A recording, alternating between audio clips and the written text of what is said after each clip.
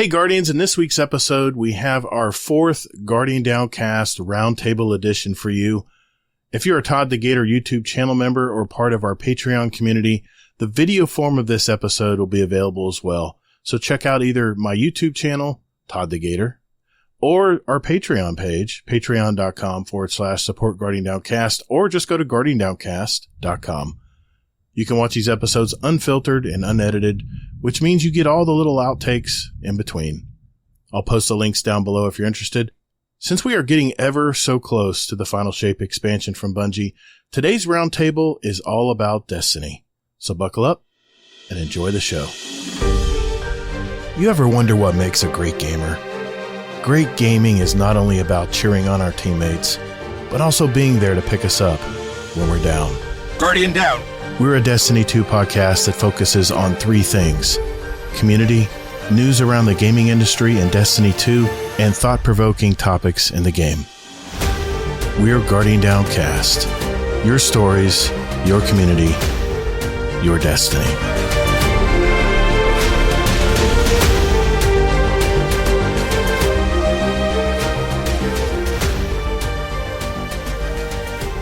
Hey, what's up, Guardians, and welcome to episode 251 of Guardian Downcast, a Destiny podcast. I'm your host, Todd the Gator, and I'm a day one Guardian who loves gaming and the Destiny franchise.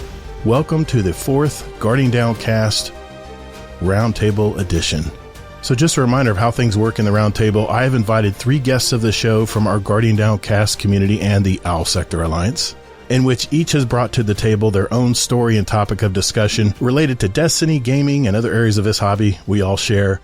And after each member of the roundtable has presented their topic and story, we'll then go around the table and discuss it further.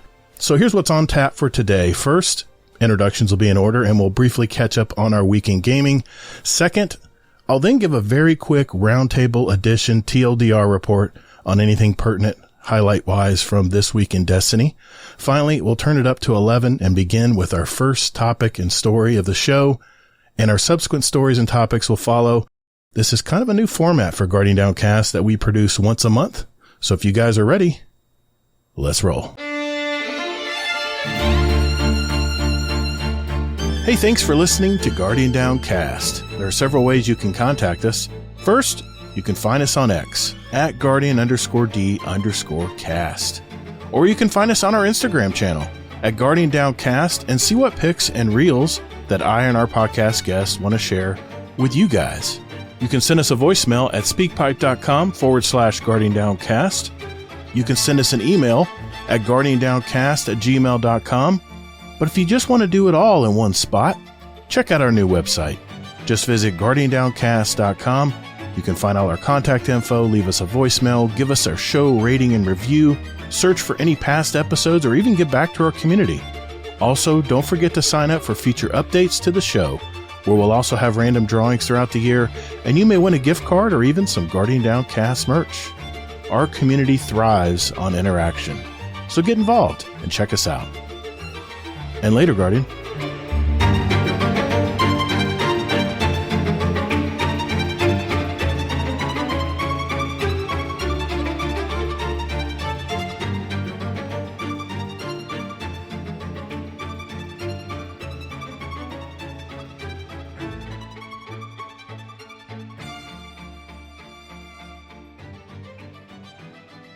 Okay, some introductions before we begin the show today. I want to introduce our three roundtablers for this episode. Our first member of the roundtable is a longtime friend of mine. I met for the first time as a guest on our show back on episode 71 of Guardian Downcast, titled Appreciate You, which was a phrase he commonly used, and it's kind of rubbed off on me as I use this phrase today as well. He's also helped me out on a Crucible-based Destiny Help Desk episode 22, if you want to check that out. He had some awesome advice for those wanting to improve in the Crucible. He's the co-host of the Blueberry Lounge podcast, which is now on its 58th episode. Damn, man. And he started out as a Guardian Downcast community member. He's been training in jiu-jitsu. He quit smoking. And honestly, I've really admired how he's really taken charge of his life, and he's killed it. He also talked to me into a drunk raid. And let's just say the old gator got a bit drunk, to say the least. By the way, you did burn that video footage, right? You know what? Don't answer. Just DM me later on that one. It's my friend, Sweaty Spooks. How you been, man? Hey, brother. Thank you so much for having me. It's always a privilege to be hanging out and talking with, the family, if you will, the family away from family. Exactly. And your topic kind of centers around community tonight. I can't wait to hear about that, man. All right. Well, our second guest of the Roundtable, I've admired for some time now. He's been on Guardian Downcast back on episode 120, titled Playing Hard to Get. And because of our busy schedules and just life in general, I don't really get to talk much to this guy, but he's always been a cool customer and has very sage advice for us Guardians. As one of the 3 co-hosts of the Two Titans and a Hunter podcast, which has been going strong, providing weekly information to the Destiny community for over 276 episodes. Hey, someone's got to help Night Demon keep no one respawns in real life in check during the show. From whatever airport he's broadcasting in at the time. He's actually had me on their podcast back when I was just starting out, and we've always had really good conversations. So I thought it would be perfect for our roundtable topics tonight. He's a high-level IT professional, which just means he knows a lot of stuff about computers that I don't. Please welcome that pink pansy titan, Parody. How you been tonight, sir? Oh, I've been tired, but I'm here. No, things are good. Just trying to follow Destiny, follow the work, and I'm happy to be here, happy to hang out, and excited to have this roundtable. And full disclosure, folks, to these. They've been good. You have to record tomorrow morning your podcast, so thank you, brother, for the sacrifice tonight. I know you're going to have a long day tomorrow, so I appreciate it, man. Always. I definitely said I'm recording tonight, and my wife said, "Oh, is that instead of tomorrow?" I was like, no, it's in addition to. She was like, "Oh." I love it, man. Well, our third guest of the roundtable today has really been a good friend and mentor of mine when I started this podcasting venture long ago. He's one half of the Potato Thumbs podcast, which just published their 354th episode and has been on various episodes of Guardian Downcast and the Destiny Help Desk. But you can hear his original interview on Guardian Downcast episode 14, titled The Doctor Is In. He's lived a very interesting life as a club promoter, music producer, an IT professional, mountain biker, long distance runner, and you should see that running shoe collection behind him there. I've met him in real life when he was down here visiting relatives in Florida and is just a really good all around dude. He's given me some very solid advice when the podcast, well, let's just say had some dramatic changes last year. And, he really got me through some tough times and I can't thank him enough. And that's my friend, Fluffy Fingers, MD. Howdy night, sir. I'm also go by the name Roundtabler number 3. Oh, yeah. It says it right here in the notes. Thank you for that. Yeah. Almost forgot. There is a very good reason why I chose these 3 Roundtablers tonight. And that is because they all have Destiny podcasts. And more importantly, I think they're going to have great insight into this game we all love. So as we get nearer to the Final Shape expansion, we have several topics of discussion, all related to Destiny and Bungie tonight.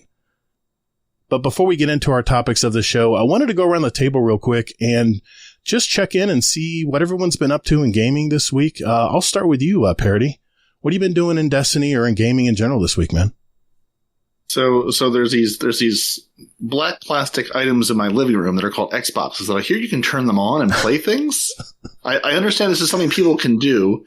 I think I've played maybe like 2 hours of Onslaught this week because work has been working. And I think this was the first Iron Banner that came and went without me stepping foot into. I got on, I think I was talking to you guys like the Monday morning going, I have 23 engrams. I really should go turn those in. There's nothing I want out of this, but let me at least turn I'm going, I worked for these at some point. Let me go at least turn them into something. I think I kept one multi-mock or something and said, I'll turn those in. Other than that, we've been playing, my wife got a Quest 2 recently, so we've been playing Beat Saber, which is just stupidly fun. It's my first like real, like her sister had bought one. And we played it, was like, oh, this is nice. This is fun. It was my first time I'd really done anything. You watch videos of VR stuff, but you're like, it's not the same as experiencing it. Mm-hmm. So been doing lots of that. And we started, we binge watched the Fallout show on Amazon. Oh, yeah. And then started a side-by-side playthrough of Fallout New Vegas because I've got the Series X and the One X in the living room, 2 TVs side by side. And so we've been cooperatively playing New Vegas, just sort of side by side, going through together, going, where are you going? What are we doing here? Because we've dabbled in the later Fallout, so we've been having a good time with that. It's also great cardio. I was going to say that. If you beat me to it, Sweaty. I'll get into those. I got, you guys would never guess what tracks I got in Beat Saber, man. I got a lot of EDM music. I've got, the crab rave is in there. Let me just say. Oh my God, man. I bought so many packs from Beat Saber. It's the number one thing I play. Sorry, I didn't mean to interrupt there, Parody. But yeah. No, it's all good. I mean, you're done and you're like, I'm freaking drenched here. What's going on, you know? But yeah. It's a ton of fun. It is. It's a lot of fun. Yeah. Yeah, it's great cardio. And while you've been sweating there in the heat, it's been rainy and like 50 degrees here all week. So where's that again? Just for our listeners? Just outside DC. I'm in Maryland. Okay. Nice. So same coast, just a little more north. Remember, when the nukes fall, I'll be in the blast versus the fallout. So after that, my problems are solved. Dude, I live next to Cape Canaveral. You think I got a chance? Give me a break. Again, see, same problem. What Fallout? You don't care about Fallout. You're done. I won't even feel it. Drive to the blast. Don't wait for the three-eyed fish. I'll just see a flash. I won't even see a cloud. Yeah. I mean, Florida's only, it's like 3 hours wide driving. It's not very wide. It's just very deep. So yeah, that's what she said. Maryland won't exist anymore. It will be the Flash. Yes. Well, it's good to see you, man. Thanks for coming on the show tonight. It's good to catch up. And I can't wait to hear what your topic's going to be tonight. So appreciate that, man. Yeah, appreciate you having me. Always good to catch up. Absolutely. Fluffy, I'll go to you, man. What have you been doing this week? I, Roundtabler number 3, have been putting in my time in Destiny. Got the Pantheon Week 1 clear. That was a lot of fun. Went into Pantheon Week 2. We platinumed everything, but we didn't realize on 8 tracks that platinum and 500k score are 2 different things. So we beat everything platinum high score except for 8 tracks, and then I got sick. So I had it scheduled to go back and clear 8 tracks, and it didn't happen. So maybe this weekend. The benefit of being sick was I got to cancel all of hosting Mother's Day and all that shit. So my weekend opened up. So maybe before reset, I can knock that out, seeing as how it's like a 2-minute thing.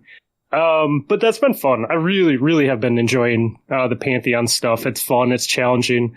I think it's important that you go in with people that know how to raid. It's not a place for people who are not experienced in the raid. Yeah. It's not a place for at least me to teach people. Yeah. If other people want to teach people how to do raid encounters there, that's on them. I don't have time for that, especially if you're going for high score, platinum score. But doing so or playing that, like I play all characters. And so I was just like, what do you guys need? And so we needed a well. So I jumped on my Warlock and doing a couple different builds to try and like maximize survivability, helping my team, whatever. And I got a really fun Boots of the Assembler build. And basically like my thought process was in between Pantheon runs, like go into Legend Onslaught and test out my builds there with blueberries because there's no communication and they're completely crazy. Right. So, it was really great. Like I ran with some blueberries and we ran a 50 run and it was like the cleanest 50 run I've ever run yet. Wow. And it was just, dude, that exotic just constantly sending out healing nodes to people. Like I always had my rift down. I always had my well down. Like it was a really cool like support thing. So that actually got me pretty hyped with those changes. And so then I found myself taking my Warlock into comp so that I can get more Artifice armor to maximize my PvE build. And it's been a really weird, like, I guess, relationship between PvE and PvP, like playing one to get the other up. But its roles are reversed. Like usually I play PvE to make my PvP game stronger. Exactly. So it's interesting that this new stuff coming out has me doing the opposite. I'm curious, Fluffy. Yeah. Sorry, to interrupt. How often are you getting drops? Is it pretty regular, the Artifice? In what? In comp, the Artifice armor. No, it's been... Well, okay. So you have to play so many damn games to get to that point, right? You have to play, what, six games, and then you have to win 2. Oh, 2. Wow. Right? It's not play 2 more, it's win 2. So and if you're playing with minimum. blueberries... Yeah, if you're playing with blueberries, it's less optimized. Gotcha. And something's been really weird with matchmaking. I don't know if it's population or matchmaking or what with comp this season. Okay. But I have been bouncing between adept and silver. Like literally going Wait a minute. all the way down to silver and then back up through gold, through platinum, back to adept, and then all the way back down. Like, it is crazy. I don't understand what's going on with matchmaking, but it is, yeah, Sweaty knows what I'm talking about. It is so broken. And it's really made it less fun. Here's another thing. I was like gold 1. I was just ready to go to, what is it, platinum, the next one? Yep. And all of a sudden, I didn't play for a few weeks, and it started taking my scores away. Is that normal? No. Yeah, deterioration. Really? I thought that was only if you were above platinum. That's what I thought. But every week I went down to, I'm already down to, silver 1 now. And I'm like, what the hell? I haven't even played them at silver 1. Yeah, I thought it was gold supposed 1 to to be silver 1. Well, I thought it was supposed to be for adept and ascendant. You had to play every week to keep your rank. That's what I thought. But I don't know. Maybe they changed it. I never hit I never hit platinum. I stayed in gold 1, I think. I could be wrong in the following, but I always understood it that whatever rank that you've highest achieved, in order to keep that rank, you had to continue playing. Okay. They it would never go below whatever was below your rank. Okay. Yeah, I think they changed it though when they changed because they removed the promotional stuff. Right. Yeah. And I think when they changed that, they changed also where the points, where the points degrade from. So I think when they changed that, because they removed it from platinum and gold, I thought that they removed the point deductions too, but I could, like Spook said, I could also totally be wrong there. I really just don't care enough to look it up. I don't care I think that's really what it comes down to. I just play the game for fun. I haven't played comp in like 3 weeks, and I just every week I'd log in at reset, and it was like, I'm like, what? Oh, okay. Well, then there you go. We'll just assume that is correct. Okay. Sounds good. What else have you been doing, bud? I don't know. Like, Onslaught is fun. Like, I've done a ton of 50 runs and gotten a lot of great loot and got my super black shader. Right. I think I'm getting burnt out on it though, for sure. Yeah. Like, I've done enough 50 runs that I'm just like, like the only reason I was playing it this week was to test builds because I was just like, well, what's a hard high end content that I can randomly, LFG into and not care too much. And throws tons of ads at you all the time nonstop. Can't beat it. Yeah. It's a great testing ground. Yeah. That was kind of my thought process too. So, that's where I was saying the Cool Guy would go and test all his weapons. Hey, I want to give a shout out to Cool Guy. He's having some problems and he's been admitted to the hospital. He's having some heart issues and, all prayers towards you, man. You've put out some great content and I'm sorry. Life just sucks sometimes, but, I heard that, I saw that news on Twitter. I just wanted to give him a shout out just in case he listens, but good deal, man. Good deal. How about you, Sweaty? What have you been doing this week, man? I know you jump around a little bit playing games, right? Been playing the Destiny? Well, certainly lately. Okay. It's all right. Okay. So to preface, tomato, potato. It's a Canadian He's thing. from Canada, guys. It's preface. It's preface in Canada and it's preface in the United States. Yeah, all you gotta say is it's Canadian. People be like, oh, okay. Oh, yeah. USA. Freedom units, right? There you go. But no, just to preface a little bit here. You got me all fucked up now. Pardon my French. Apologies for the cussing. French Canadian. Got it. Oui. So typically, whenever this game got its hooks in me, there was no breaks for me. Yeah. I was very focused on skill improvement in the realm of PvP. And of course, I mean, I was less focused on PvE, but I was more in PvE for the purpose of loot because as a PvP main, your performance is highly reliant on your equipment. So it would be motivational to participate in X activity to receive Y reward so you can go use it in the Crucible. We all know the story. Right. This is the first time that I've kind of similarly to Fluffy, at least in the Onslaught aspect that he had mentioned, I'm starting to feel a little burnout myself. So I've been taking a step back and enjoying a little bit of my backlog. I've been spending a lot, and I mean a lot, more time with my family recently. Nice. I am going to get a little real for a minute. This is not to put a Debbie Downer on the podcast by any measure, but I'm a transparent person. I'm an honest person, and this is where I'm at in life right now.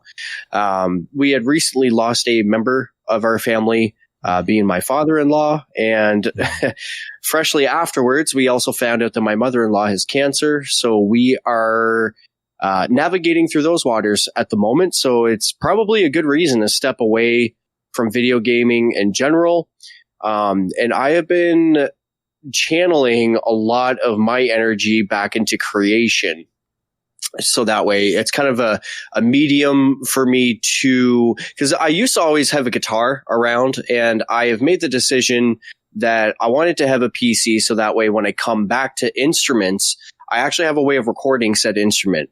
And I've been learning a little bit about producing. So I've been really just diving into that world lately, and just learning, just being an open book. Now, in the past week, a little more to myself here, I pinched my sciatic nerve. So I have been having some fun over the past week. I didn't take a single day off. I pushed through the pain, limping around work, doing everything that I had to do. And, today would be a week that I'm coming off of the pain of it, I guess, that had happened. And it all happened with a sneeze. What? But no, seriously. So we are in a bit of a colder climate to you, Mr. Gator. Yes. Love you. Yes. A little jealous of your weather. I'm jealous of yours in the summer. So we had, it mostly happens in colder days whenever we have, at this time of the year, 40-degree Fahrenheit weather, and it's cloudy and it's rainy. It's not quite under freezing, but it's still cold, clammy. I live in an island surrounded by the ocean, so the humidity is a constant. Woke up in the morning, just had a sneeze and felt a pop, and the knees buckled. Down I went, stood back up, and I said, well, I got half an hour that I got to get to work. So guess where I'm going? Went to work. Wow. Thankfully, work was quite understanding, seeing that I couldn't stand straight, and they allowed me to sit down for most of the day that day. And that happened, a week ago today, being a Friday. So I was able to take the weekend to just kind of take it easy and relax. Hung out in the Discord a little bit. They could tell that I was off and in pain. I wasn't quite myself, but shout out to the community for being understanding of that. So going back this week, I was determined not to just sit around, not to just wallow in pain, because the thing about a sciatic nerve pinch is the more you sit around, the more it's going to hurt and the longer it takes for recovery. So I made sure to go back to work. I made sure to just take short walks throughout the week, nothing crazy. And what I found was, in the morning is when it hurt the most. You're waking up from a slumber, from a sleep, you've been resting. It's not flowing. Yeah. But by the evening, after a full day's work, you've got maybe 20,000 steps in from the day, just from working, whatever it was. And then you take another short walk after supper or something. I felt a lot better. So today I'm feeling the best that I have in the past week, and I'm in good spirits. Very thankful for my family. Mother's Day is approaching, and I'm very excited for some of the plans that I have in place. I don't think I shared this with you guys yet, so I'll tell you here and now, and I'll probably finish with this. But I'm going to be planning to do a little Italian home kitchen restaurant style bistro. So I'm going to go out and buy some bruschetta, buy some charcuterie board stuff. I'm going to go get a couple of breadsticks, and I'm going to buy some cheese garlic loaf and a roast beef, and cook the roast beef in a pressure cooker. I'm going to do it pulled style, kind of the same that you would with pulled pork. Yes. And we're going to make sandwiches out of it. And this is strictly for the ladies. There will be no women working in the kitchen. I will be the one serving and hosting, and just looking to invest in our family members and show them how much they're appreciated, and understanding that the older that I get, that sometimes you may not always have tomorrow to show that appreciation. So I'm just really looking forward to blessing my family like that, Yeah, perspective's everything, man. It really is. As you get older too, and since I'm the oldest here, I can say this, and you guys can't dispute it. You you get very grateful, and you count your blessings. You really do. So you know what's funny is you're talking about a sciatic nerve. I have an SI joint problem, which is not far from that sciatic nerve. And I actually Monday I'm going to get an X-ray to make sure. My doctor wants to make sure it's not a hip problem. God bless. I got a buddy of mine who's getting a hip replacement. I better sure as hell not be getting a hip replacement. I'll never hear the end of it. But yeah, I'm prepping for a baby shower tomorrow. My daughter-in-law, my son's wife, is having a baby in late June. I'll be a grandfather for the first time. And we have been all hands on deck. As far as Destiny wise, my third alt account I've got in Guardian Downcast 2 clan. I've been gathering all the brave weapons I can. I'm getting all the bounties completed. But, last weekend, I installed 250 landscape plants. I installed 20 yards of mulch. For you guys who need to do the conversion, think of 2 giant dump trucks of mulch. Just dump it in your driveway. And all of a sudden, in 5 hours, you got to have that in the bed. So shout out to my daughter and my son, Cam the Jellyman, and Snail Entrails, as you probably know her in a Discord. She does a lot of the artwork for t-shirts and stuff. They didn't complain a bit, put their heads down and just got to work. And even my wife, after she's doing testing right now, working 13-hour days, came home and grabbed a shovel, and we all started working and getting it all done. Got it all done. It looks great. Looks fantastic. And then add to that, I've had to work in 95 to 98 degree heat this week. It's almost been record breaking. And, the only blessing is it's been like 50% humidity. So it's not that 100% humidity. There's no rain. So it makes it much nicer. But, I played Pantheon week 1 as well, Fluffy. Thanks to Kingsley Mac, Priceless Cloud, Zebrak, Warcry, which doesn't raid at all. He raided in Destiny 1. And, Allocate. Played a game with her for the first time. She's amazing, dude. I like her. I've done some raids with her. I like her a lot. I like her attitude, man. She's just like a laid back, just going with the flow.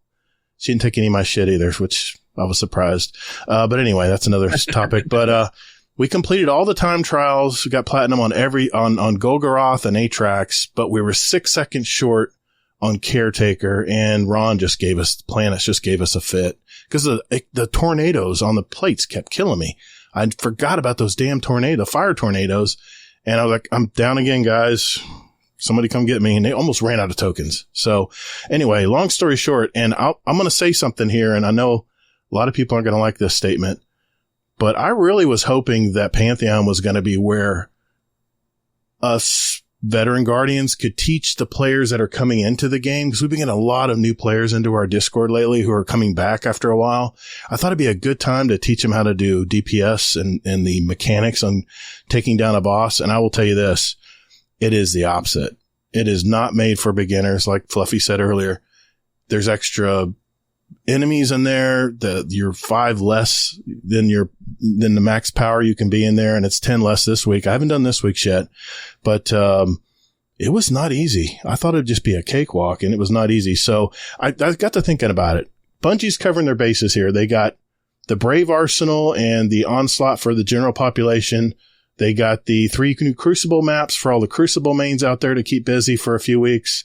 And then they have the new Pantheon, which was really designed for all the raiders out there that raid all the time and know how to put builds together and blow through these things like it's nothing. But I'm kind of in between all that. So I had some struggles going into Pantheon, but we got it done thanks to a pretty good carry from the community. But yeah, that's what I've been up to this week. That is everything for all of us for this week. So that means it's time for a TLDR version of This Week in Destiny.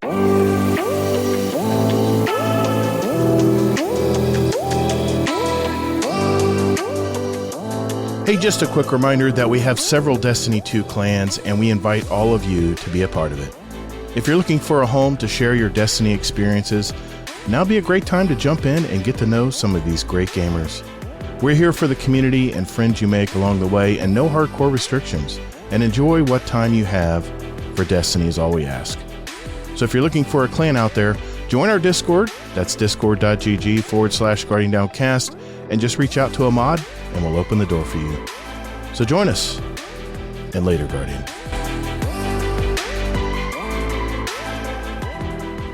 All right, this week in Destiny for May 9th, this is the TLDR version and Fluffy's timing me. Bungie shares a little more info about the new prismatic exotic class items. They mentioned that the perks baked into the class item are randomly rolled, and then on week 2 of Final Shape, that an activity will open up where you can farm these very exotic class items, and you get a guaranteed random roll upon completion. If they're not really sharing how we unlock this activity or when it, what it's about, so we'll have to find out later about that. They list all the possible combinations of each subclass. The Hunter Exotic Cloak is called Essentialism. The Titan Mark is called, the Exotic Titan Mark is called Stoicism. And the Warlock Exotic Bond is called Solipsism? What the hell is that? I don't know. Anyway, note that these exotic class items will only work when you equip the new Prismatic subclass. Another boss profile from Pantheon is discussed. They talk about Oryx this week, so check that out.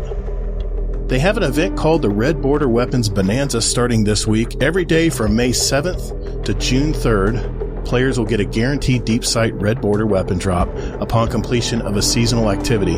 Any of the seasonal activities, every day you can get a red bar deep sight weapon. So now's the time if you're really wanting to get some of those seasonal weapons crafted. There's no excuse. So get into those seasonal activities. Get it done. Every day it resets. 0 hour mission drops next week. I see the timer.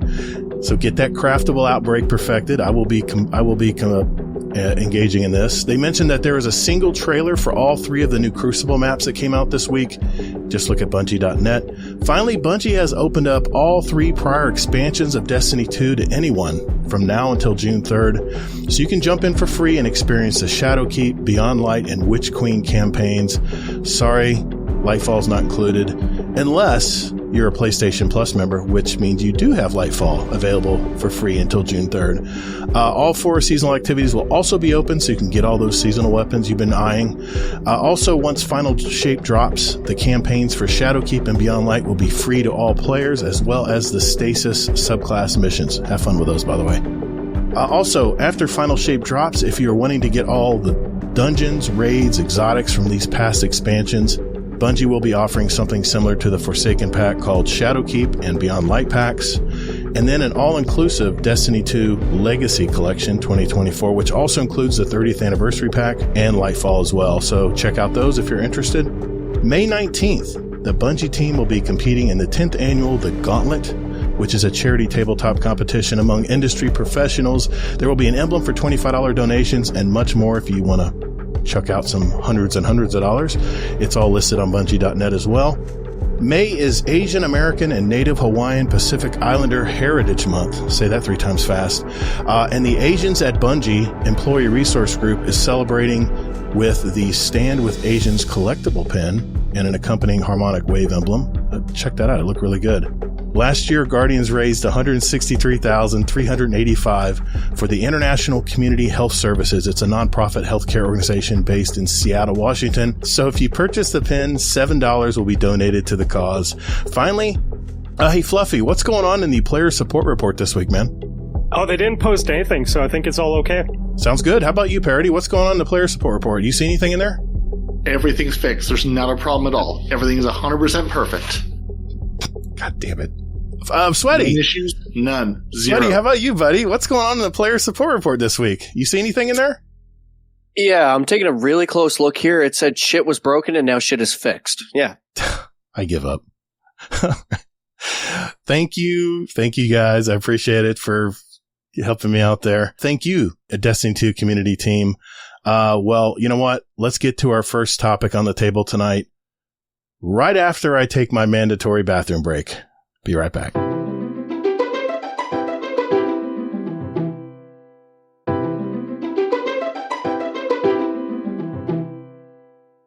Hey, it's Brittany, your favorite mod, and you're listening to Guardian Downcast.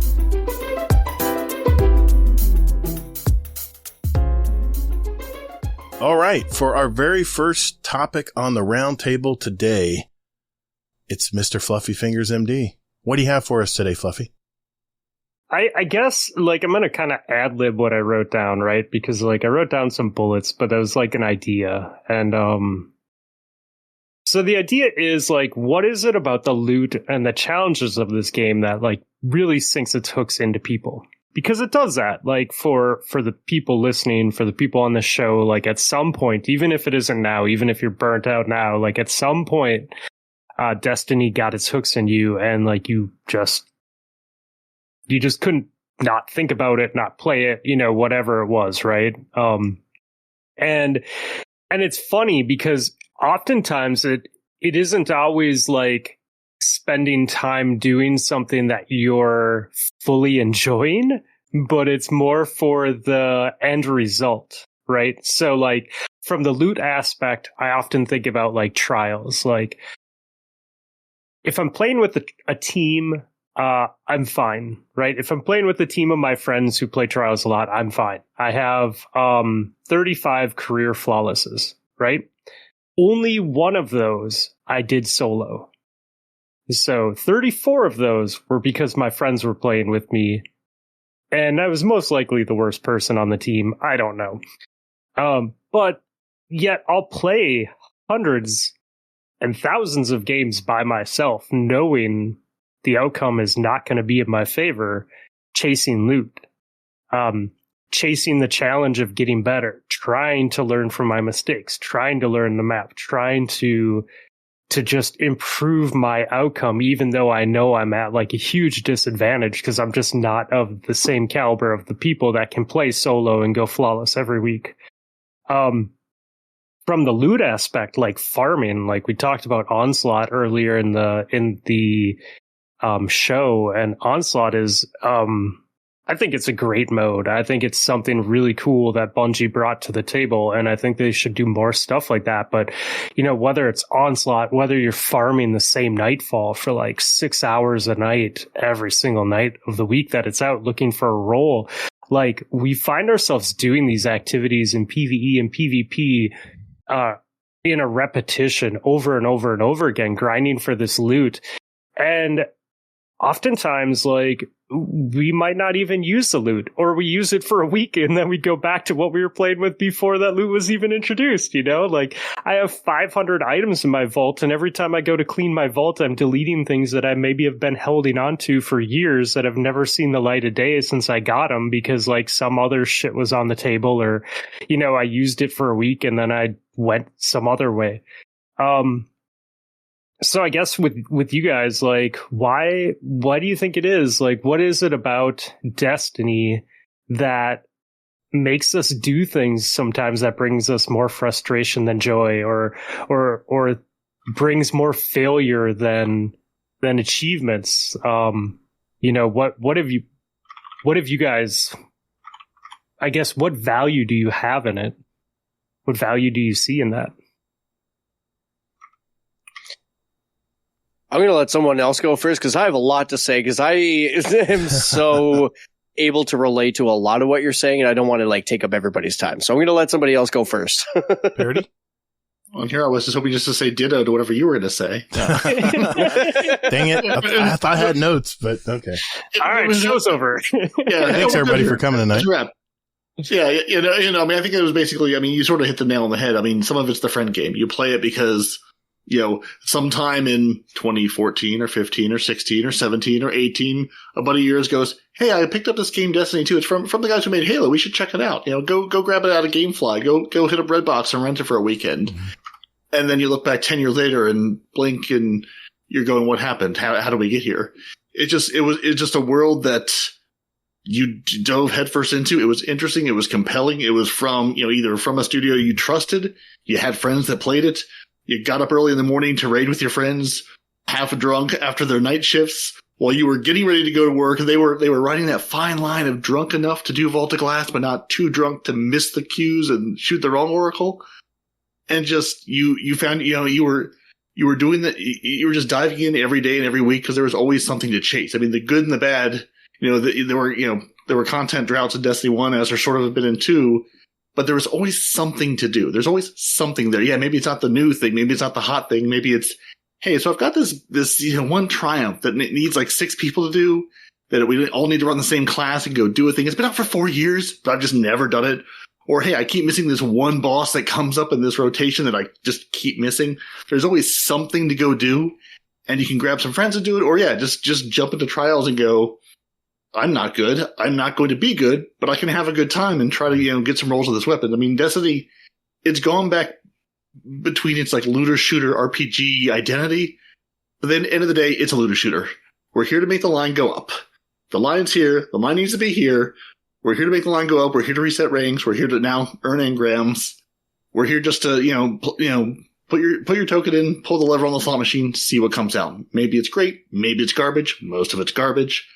But having that one moment, having that like, oh my God, I finally got it moment. That Gallahorn drop in D1, or the raid exotic after 35 runs in D2.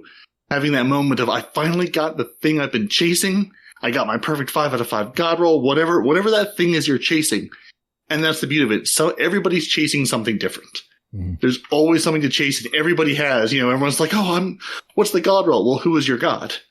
What are you looking for? There's like, the canonical what the god roll is, but it's like I'm never going to use this. My god roll is that thing over there because I really like that perk or the way this weapon handles or whatever it is. Yeah. So there's always a different god to chase the roll for, and there's always friends to do it with. And they've just made it easier and easier as time has gone on to say, yeah, come pick it up, come jump in. There's, it'll cost you literally nothing. Time it right, and you can play everything for free and say, do you like this taste? Be careful, because you might be here 10 years from now. So, step a toe in gently maybe, but there's always something waiting for you. Yeah. I'll let you go last, Sweaty, since you seem to have a lot to talk about. It's changed for me, actually. When I first started playing Destiny, I've mentioned this several times on past episodes. I was so burnt out from Call of Duty and multiplayer games. I wanted somewhere I could shoot aliens in the head and have that same Call of Duty feel as a first-person shooter. And for me, when I first played and shot a dreg in the head and it just went and fell to the ground, I was like, oh, this is awesome. I love it. I love this. Guy's not juking around. He's an ugly little thing, and the curiosity was off the charts. I mean, I remember looking up in Venus and seeing the acid rain fall on my goggle of my mask. And I'm like, how freaking real is this? And I've talked about it in the past too, about how I would just sit in Cosmodrome. The sound design is so good in this game. If you had some really good earbuds or headphones on, you could hear crickets. You could hear the wind blow by your ear. You could hear something, howling or barking off in the distance. You'd even hear ships flying by every so often. I mean, from at the beginning of Destiny 1, and I've gotten permission from Kingsley that I can call it Destiny 1. Sorry, Fudd. Sorry, you'll have to DM me later about that if you have an issue. But it was all about curiosity for me and just the realism. I mean, Bungie did a great job of sucking me into the Destiny verse, and each planet had its own little personality. And, I played Starfield and I go to these planets. I'm like, what am I supposed to do here? I'll just keep going forward. Okay. And I was like, this is boring as hell. As soon as you jump into any planet in Destiny, immediately something's trying to shoot you. There's something going on over here. There's a public event over here. For my ADD brain, because I'm not hyperactive, I call it the old school way, ADD. It was just like this. I was, what's going on over here?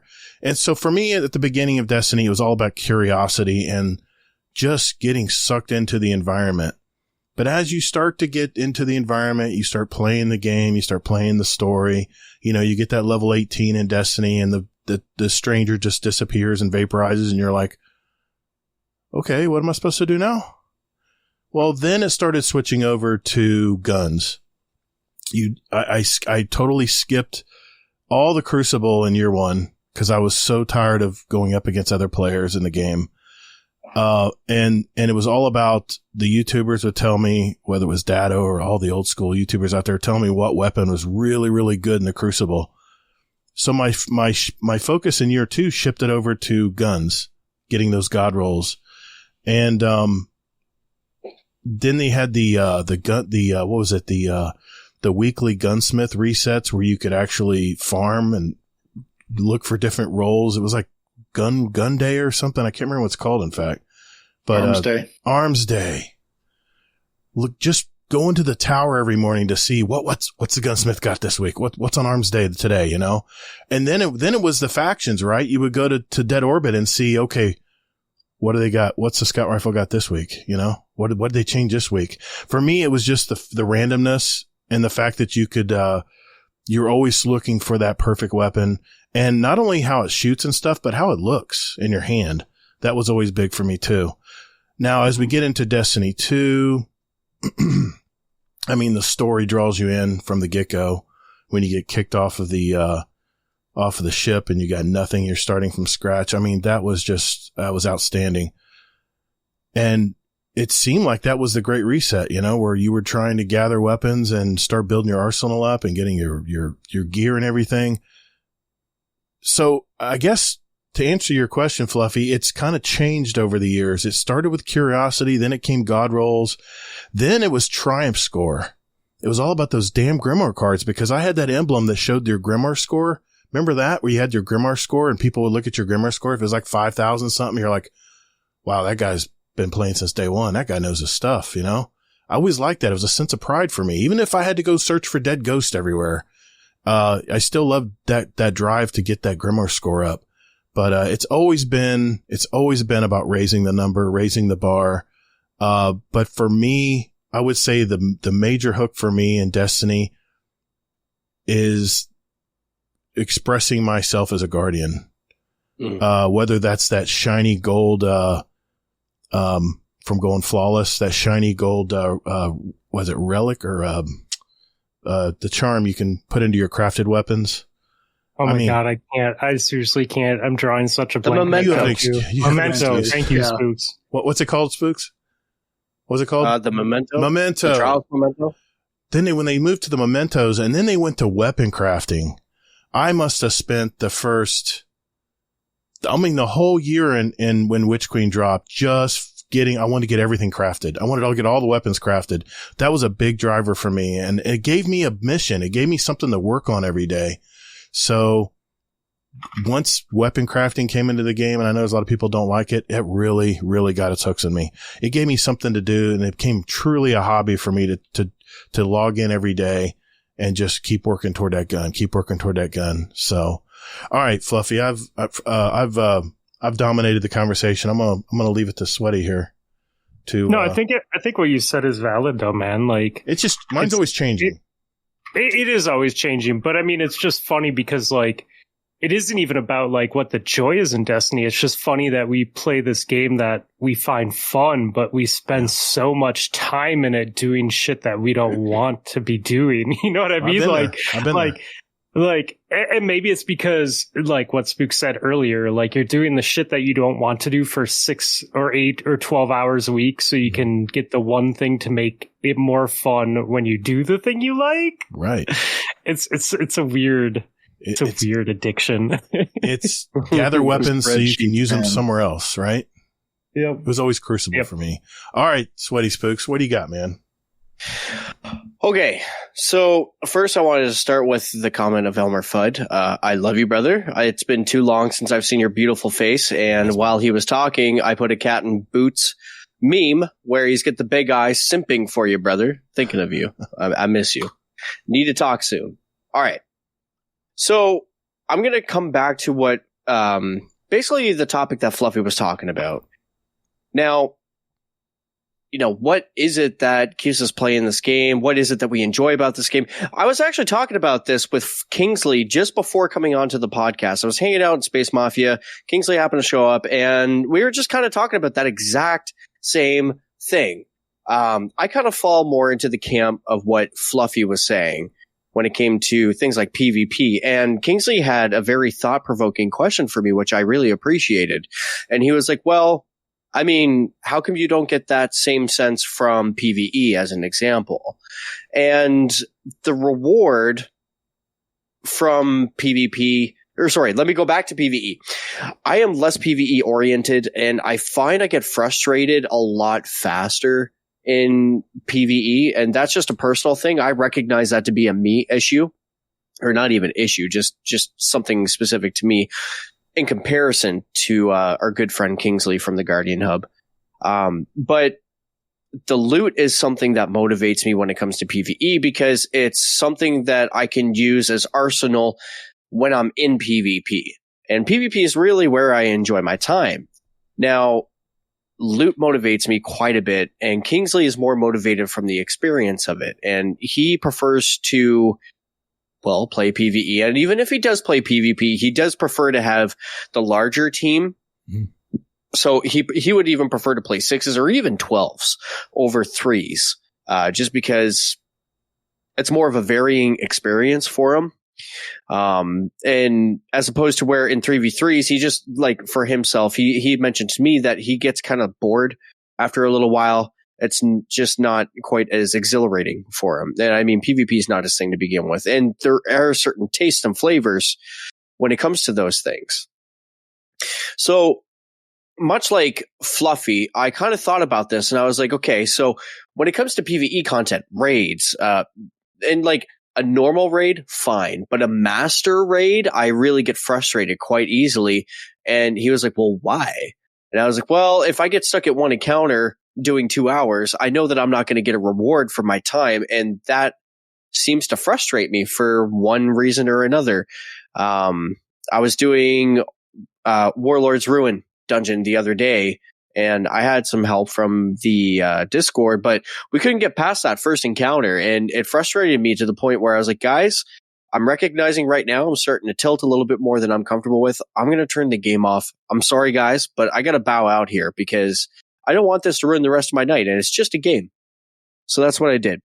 But in thinking about that, and then thinking about what Fluffy said, he has 35 flawlesses with friends, which, by the way, Fluffy, congratulations. 35 is definitely an amazing feat. And it's even better when you do it with your friends. That is the most rewarding feeling when you're with your friends and you manage to hit flawless. I mean, it's awesome, man. It's awesome because most of them are not like, hey, carry me to the lighthouse. But they were like, hey, let's play some Crucible together. And I'm going to try and be a really good teammate. Oh, definitely. Exactly. Yeah. So I admire that about Fluffy because I'm not doing a boasting comparison thing. That's not what I'm doing here. I have 45 flawlesses and the number doesn't fucking matter to me at all. Most of my flawlesses are solo, and that just came from putting in the time, being persistent, chasing that loot. But I definitely had at least a couple or a few significantly less than Fluffy when it came to going flawless with friends. But those were the moments that I appreciated the most. Mr. Wad from the Blueberry Lounge, Moira and I worked together and we brought him flawless for his absolute very first time ever. He had never been flawless before. And that feeling was more validating for me than any time going flawless on my own. Now, to compound that, I had the privilege of playing with Mr. Marky Mark and Fluffy Fingers here, and we managed to go flawless one time. And that feeling was way more validating than ever just doing it by myself. The reason I do it by myself, similarly to Fluffy, is you're chasing a specific role. There's a certain weapon that's up for the weekend. It's your favorite archetype. Maybe it's a 140 hand cannon, or maybe it's a 120 hand cannon, or maybe it's a specific pulse rifle. Whatever it may be, there's a bit of motivation there, and it resonates with your play style. And, there's a certain motivation for you to chase that weapon. And whenever you actually get the weapon, let alone the role, but the opportunity to farm that weapon because you hit flawless, there's one level of validation. The second level of validation for me is whenever you get to farm for your specific role. The third level of validation is when you actually get the role. And the fourth part of the validation is having a memento to slap on some sort of a crafted weapon after the fact, after you put in the work. Maybe you didn't get the role that you were looking for, but hey, you have a memento to put on a crafted weapon with a role that you crafted that is specific to you as a guardian, similarly to how Gator was saying that he can tailor his guardian to reflect his personality himself, to represent who he is within this world that Bungie has created for us. So there's ups and downs when it comes to crafting and it comes to random role chasing.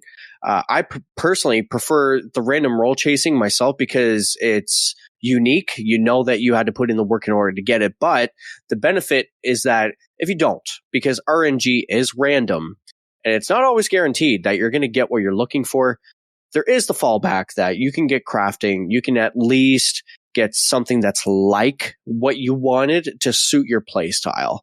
So I do see bonuses on both parts of those perspectives. And that all of it, everything that I just said, and this is like, it really feeds into one of the reasons why at least I spend so much time in this game. That's not even compounding the social aspect of it, which I'll get into later. Now, one thing that's very specific about the social aspect and our friends in this game that I have come to learn to really enjoy is when it's with our friends, that is, the friendly class wars that comes out with our friends. You know, you'll always have the Master Titan saying Titan or nothing. And then you'll always have the Hunter coming out saying Hunter Master Race. And just the shenanigans that come out of it has always been a source of enjoyment for me. It's never coming from a place of toxicity. I always think of it as like having a beer with your bros and talking about your favorite sports team, except in this case, it's Destiny. So it's kind of the same culture, I guess.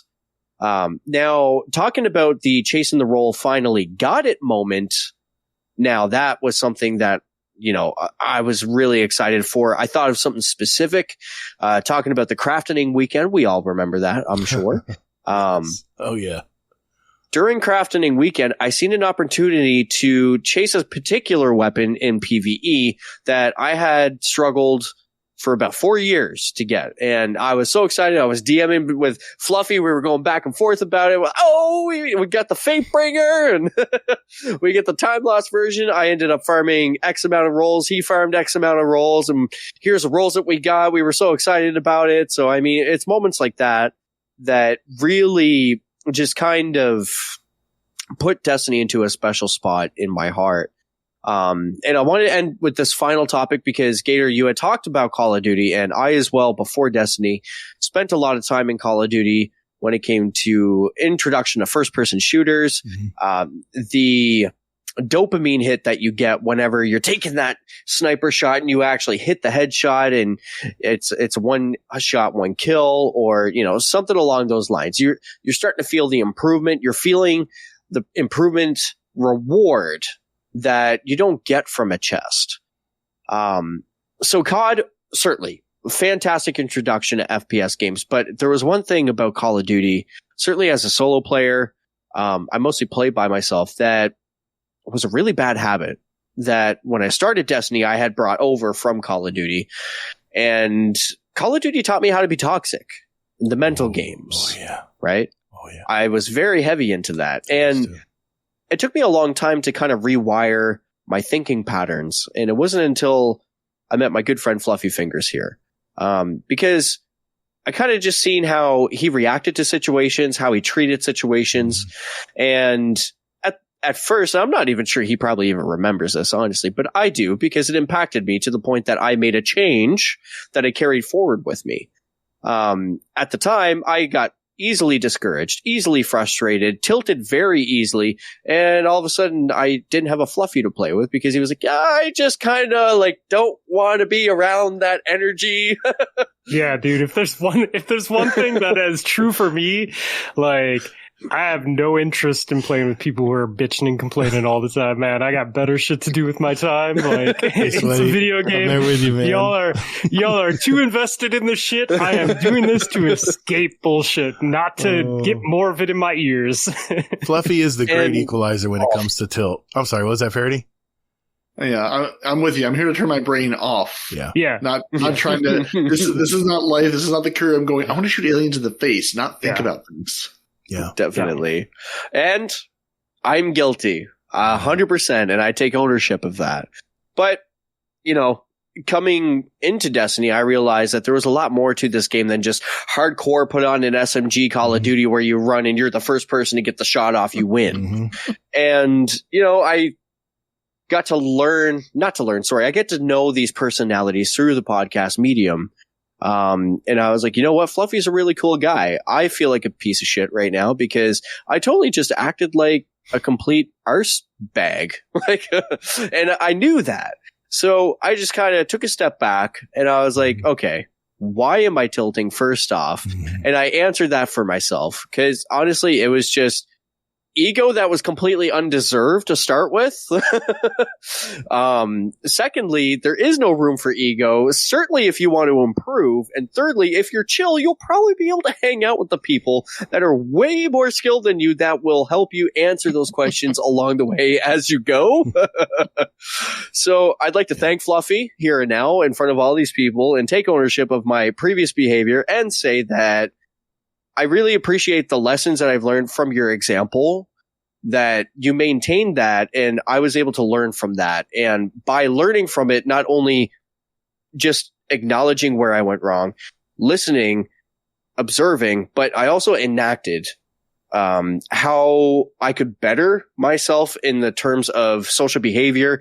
And that has opened up a lot of doors for me in the world of Destiny 2, because I could just imagine I wouldn't be here right now if I were that egotistic, tilting to the winds, yelling at the sky with the fist up, like it just, I wouldn't be here.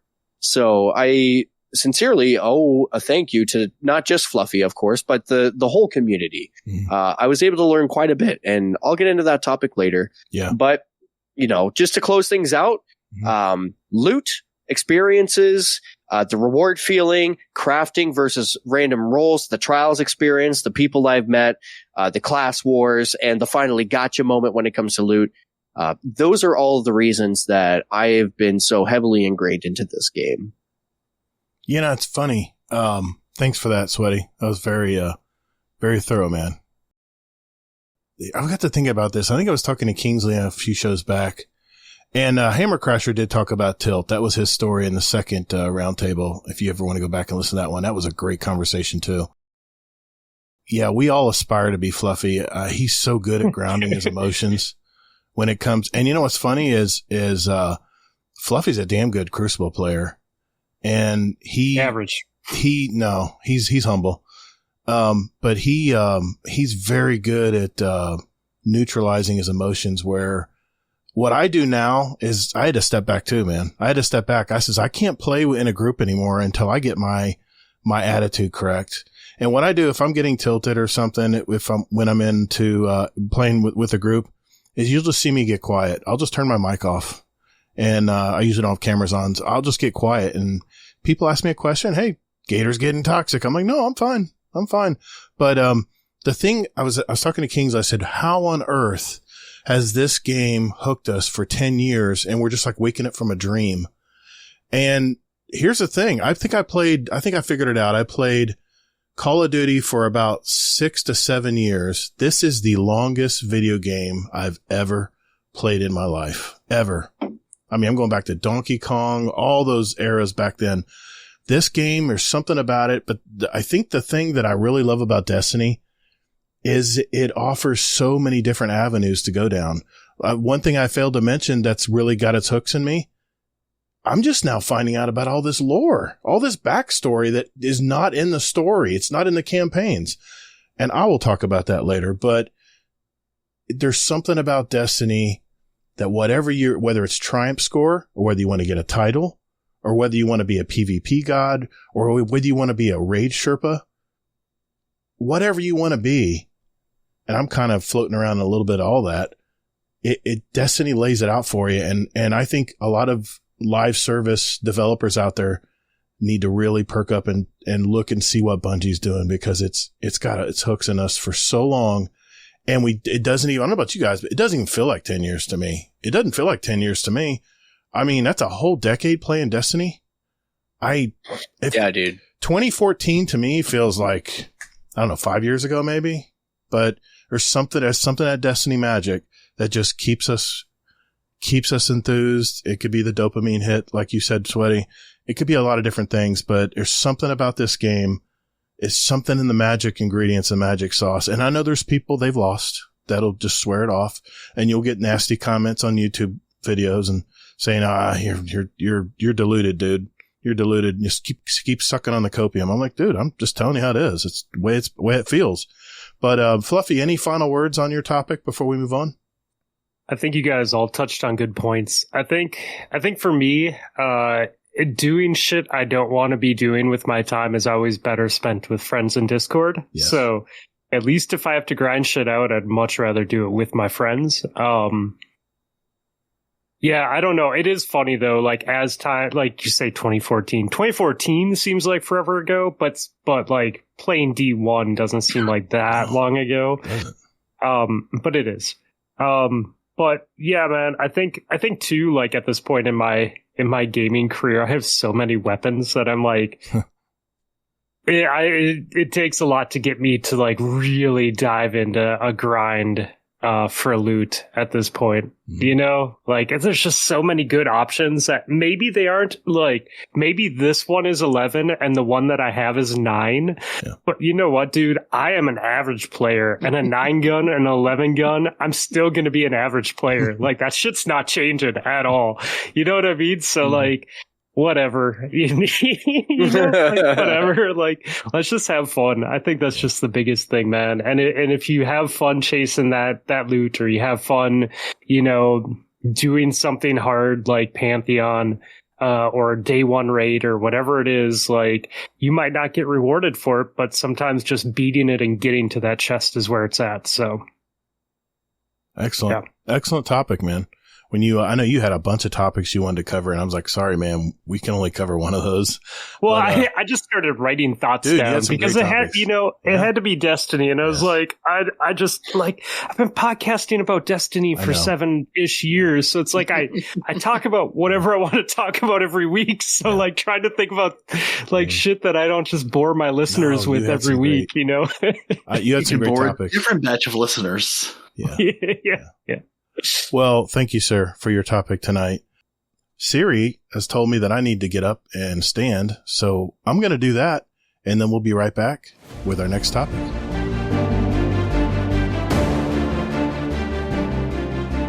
Hey, Guardians, would you like to give back to our community?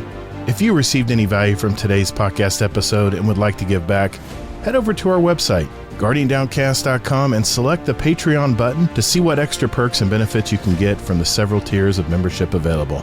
If you would like to give a one-time donation, click on our PayPal button and follow the prompts. Our community runs on our membership, and we never accept outside sponsors or advertisers. We're Guardian Downcast. Your stories, your community, your destiny. Our second topic of the week is going to be from our buddy from Two Titans and a Hunter. It's Parody. What do you got for us tonight, Parody? Well, I mean, I can only be on brand to come to a show and talk about Gambit, because Bungie isn't at all ever. There are three pinnacle activities. There's the one we remembered, and then there's the one we neglected for like a decade, you know, like 5 or 6 years, and now we just finally put out maps for, and the green one. Right. That we just don't talk about anymore. We're just like, no. I mean, I've been thinking ever since Onslaught came out that it's a better Gambit. That's when they announced it. That's how I thought about it. That's how I've been treating it. Gambit, you know, I did a little digging, because again, my memory is going, Destiny launched yesterday, right? We were playing Destiny 1 last week. Yeah. You know, came with Forsaken in 2018. You know, did a whole season of the Drifter, March 2019, gave us Gambit Prime, gave us Reckoning, you know, actual identity, actual armor sets, like, you know, full on stats for the armor, like a reason to play it, a reason to spec into a class, not just go in and treat it like a horde mode, or like a, you know, Gambit is your Shirochi, run in there and get weapon kills. That's what it was, a horde mode before we had a sort of proper horde mode with Onslaught. And then 2020 came around, and with Beyond Light, we went beyond Gambit, and we're just kind of done. They were like, we're gonna give you the single round instead of 3 rounds. We'll give you Prime, and then Witch Queen came out, and we'll give you a freelance node. Yeah, and then we'll like maybe move some people around and, you know, kick the rules. We'll have the modes disappear out of the map for like a year and a half, 2 years maybe. I mean, because who cares about, you know, playing the objective of the game type? And this is basically dead. Like, they basically put the nail in the coffin last August. Like, they basically took all the weekly challenges away. Gambit's completely optional. Like, it's there. You can play it. Like, I make it a point to gild that Dredgen title out of spite more than anything else at this point. And because I like being the insane person with the 11 next to my little Dredgen going, why? What is he doing? Why is he like this? But then they gave us Onslaught, which is just a better version all around of Gambit. I did think it was funny when I was going back to look, because again, just trying to refresh my memory on Season of the Drifter and just what was in the game then. Recluse is back. Recluse, Oxygen SR4, and the 21% Delirium were our pinnacle PvP chases at that point, or our pinnacle activity chases. Arc Week was a big thing. Thorn and Arbalest were coming back to the game, and Recluse. So I think it's funny that we had Recluse then. They sunset Recluse and then brought it back in Onslaught, which is basically just Gambit 2. It's a better Gambit with more modes. Honestly, just as many maps. I mean, we're down to 2 maps in Onslaught. We're down to 3 maps in Gambit, even though they're bringing us back 2 of the ones allegedly in the final shape, sometime in the final shape. I mean, the future of Gambit is basically, hey, you're getting Cathedral of Stars back, or Cathedral of Scars back from the Dreaming City, which we vaulted in Beyond Light, and we're going to throw some Shadow Legion and Lucent Hive in. And I guess it's a thing you could still play. Like, you could still go do it. It's just funny that, like, when it came out, it was like, they really said this is like the third pinnacle, like the third, leg of the chair of, you've got your Vanguard for strikes and nightfalls.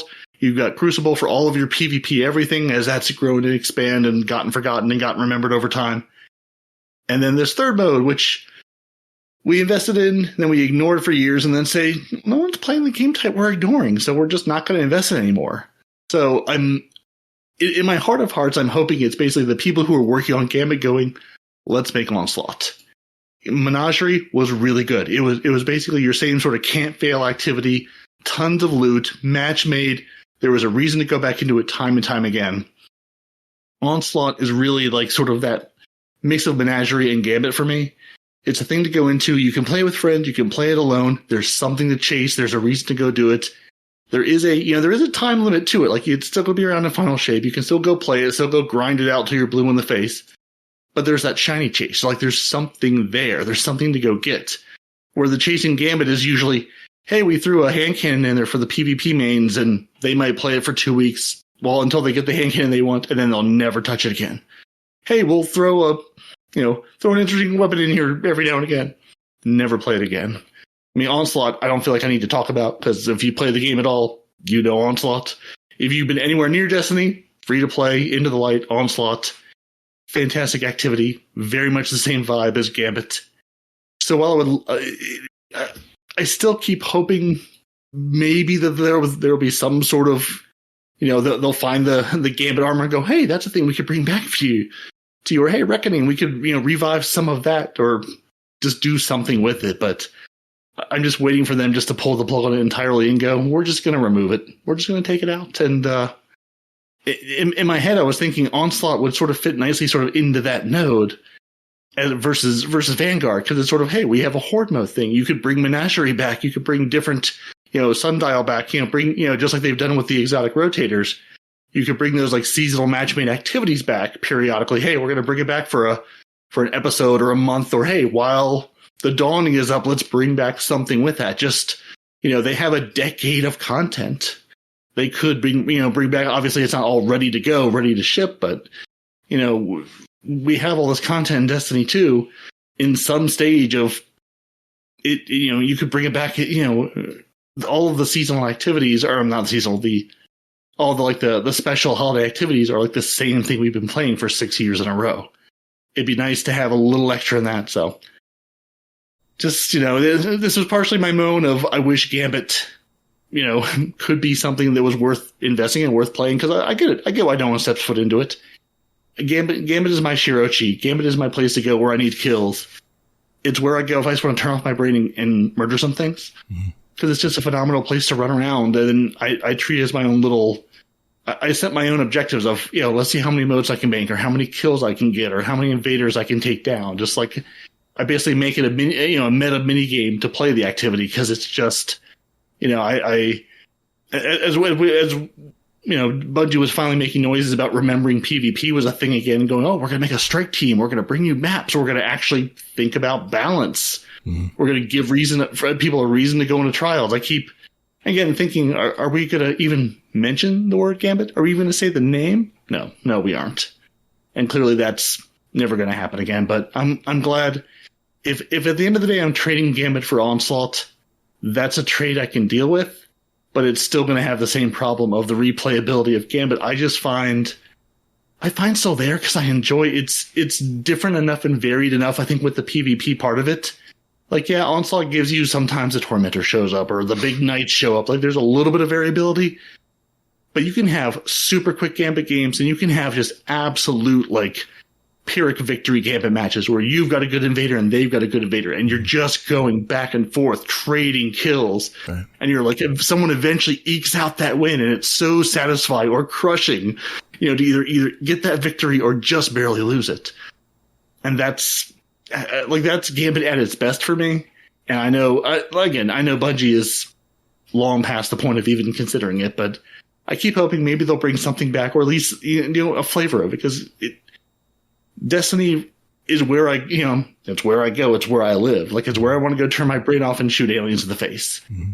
And I'm glad we have another place to do that. I just wish that I almost wish they would just take it out back and kill it all the way. If they're just going to not invest in it, yeah, I'd rather they just say, hey, it's done. Let's just remove it versus having it stay in its mostly broken state for the longest time. It's actually right now in a pretty good state. Like, they fixed a lot of the moat falling through the floor. Like, there's not a lot of, knock on wood, I haven't played it in the last couple of weeks, but it doesn't have any like super massive issues that I can think of like it has for the longest time. But it's weird to see this huge like rise and fall of Gambit as this like third leg of the chair of these are our ritual activities. These are what you're going to go in and log into every week. Right. And now it's just gone entirely. But at least we got Onslaught out of it. So out of curiosity, Parody, if you don't mind me asking, sure. What A, was your favorite version of Gambit, and B, what's your ideal Gambit for you? The rose-colored glasses make me want to say the 3-round version of Gambit. Was that Prime? No, you had a tiebreaker possibly if you. Yeah. Like when it very first launched, it was 3 rounds. It was basically it was basically best of 3. Yeah. Okay. And then they tweaked it a bunch over that. I mean, I think my ideal version of Gambit would be Prime. Give me. I always said give me the Prime armor. Basically, give me an identity to play the game mode. Make it more than just a mindless horde mode. Give me something to build. Basically, like we're doing with Onslaught. You're not going to Onslaught as the sentry or the invader or the collector, but you basically are. You're basically saying, I'm going to go in, I'm going to heal everybody. I'm going to go in, and I'm going to shadow shot everything in sight. I'm going to throw strand at everything that comes my way. Like, you're basically doing that same, the same thing we do with Destiny. Make a build, go into a content, see how the build performs. I would just love to have some of that real identity to say, I can go build into this collector. I can carry 20 motes. I can throw a giant blocker at the other team. Or I can sit here and I can sit on this bank and just destroy everything that comes my way. Mm-hmm. I mean, Gambit. I think a mix of Gambit Prime and Gambit, basically, sort of the way it is now, with one single mode that I still feel like plays longer, but giving the game an identity and just giving us the maps back. Like, there's we're getting one of them back. I mean, there was only I think one other one they took out, but just throw us a map every year. Like, I'm not asking for a lot. Like, I'm not asking. We don't need everything. Take some of these PvP maps. I'm sure they would play pretty well on Gambit too. Like, there's some of these PvP maps that are kind of big and kind of that people don't really enjoy. Convert them into Gambit maps. Mess around with them a little bit. I'm sure people are going, no, it's a terrible idea for all these 19 balance reasons. But, you've got this activity. You've got the assets. Let me go play in more places. Just an aside here. The Destiny team just tweeted out today that you see the big frustration for me in Gambit is especially if you played with the Blueberries, they were just doing their bounties. They just want to get their bounties done so they can get their 120 bright dust and be done with it. So you weren't working cohesively as a team. You were 4 players with 4 different goals while playing.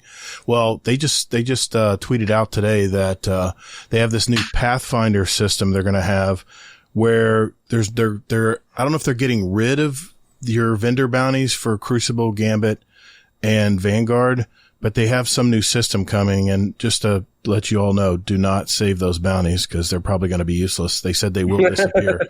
That's okay. There's plenty of other bounties. yes, there will be plenty other bounties. You can get all your planetary bounties done, but that's an aside. But I loved Gambit Prime because Gambit Prime, I wore that. I was a sentry.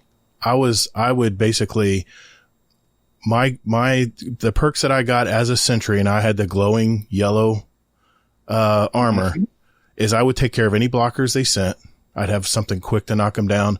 And what was really great is I can immediately ping the invader. So my team knew exactly where to go, and he was marked. People knew where he was. So it was almost like your invader and your other part of your team were on a same level, even though this invader had more health. But now we have, not aimbot, but we have, wall hacks for this invader now. So now we know exactly where he's at, and it just even the playing field just from being a sentry. Then you have invaders, which means if you got near the vault, you would stop any accumulation. It would put a halt to any of the moats being, going up or whatever.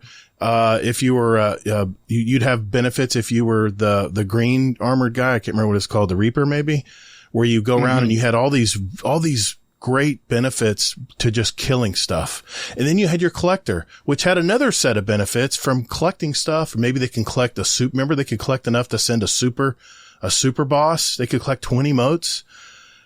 And then they got rid of it. Now, granted, I hated Reckoning. Reckoning was not fun because it was so difficult to play with blueberries, and people would just bail on that bridge every time. You would sit there, put a well down, you try to keep everybody alive. All of a sudden people would just give up and leave. And you needed to do that to get that Gambit Prime gear. So if they were to eliminate that part and then maybe get it where as you're playing Gambit, this gear would just drop for you at the end of a match. With some, and I've talked about this in the past, put slottable perks just for Gambit. They have slottable perks in raid gear and raid armor where you can put special benefits for your raiders out there. Why not have those benefits? You can even mix and match if you wanted to and put it into your Gambit Prime gear again and bring it back and bring back all the maps. I don't understand why they got rid of all the maps. I mean, it's not a bandwidth problem. Come on, man. You've already made the maps. Put them back out there. But I wanted to mention one thing before someone else talks here. You mentioned Onslaught replacing Gambit.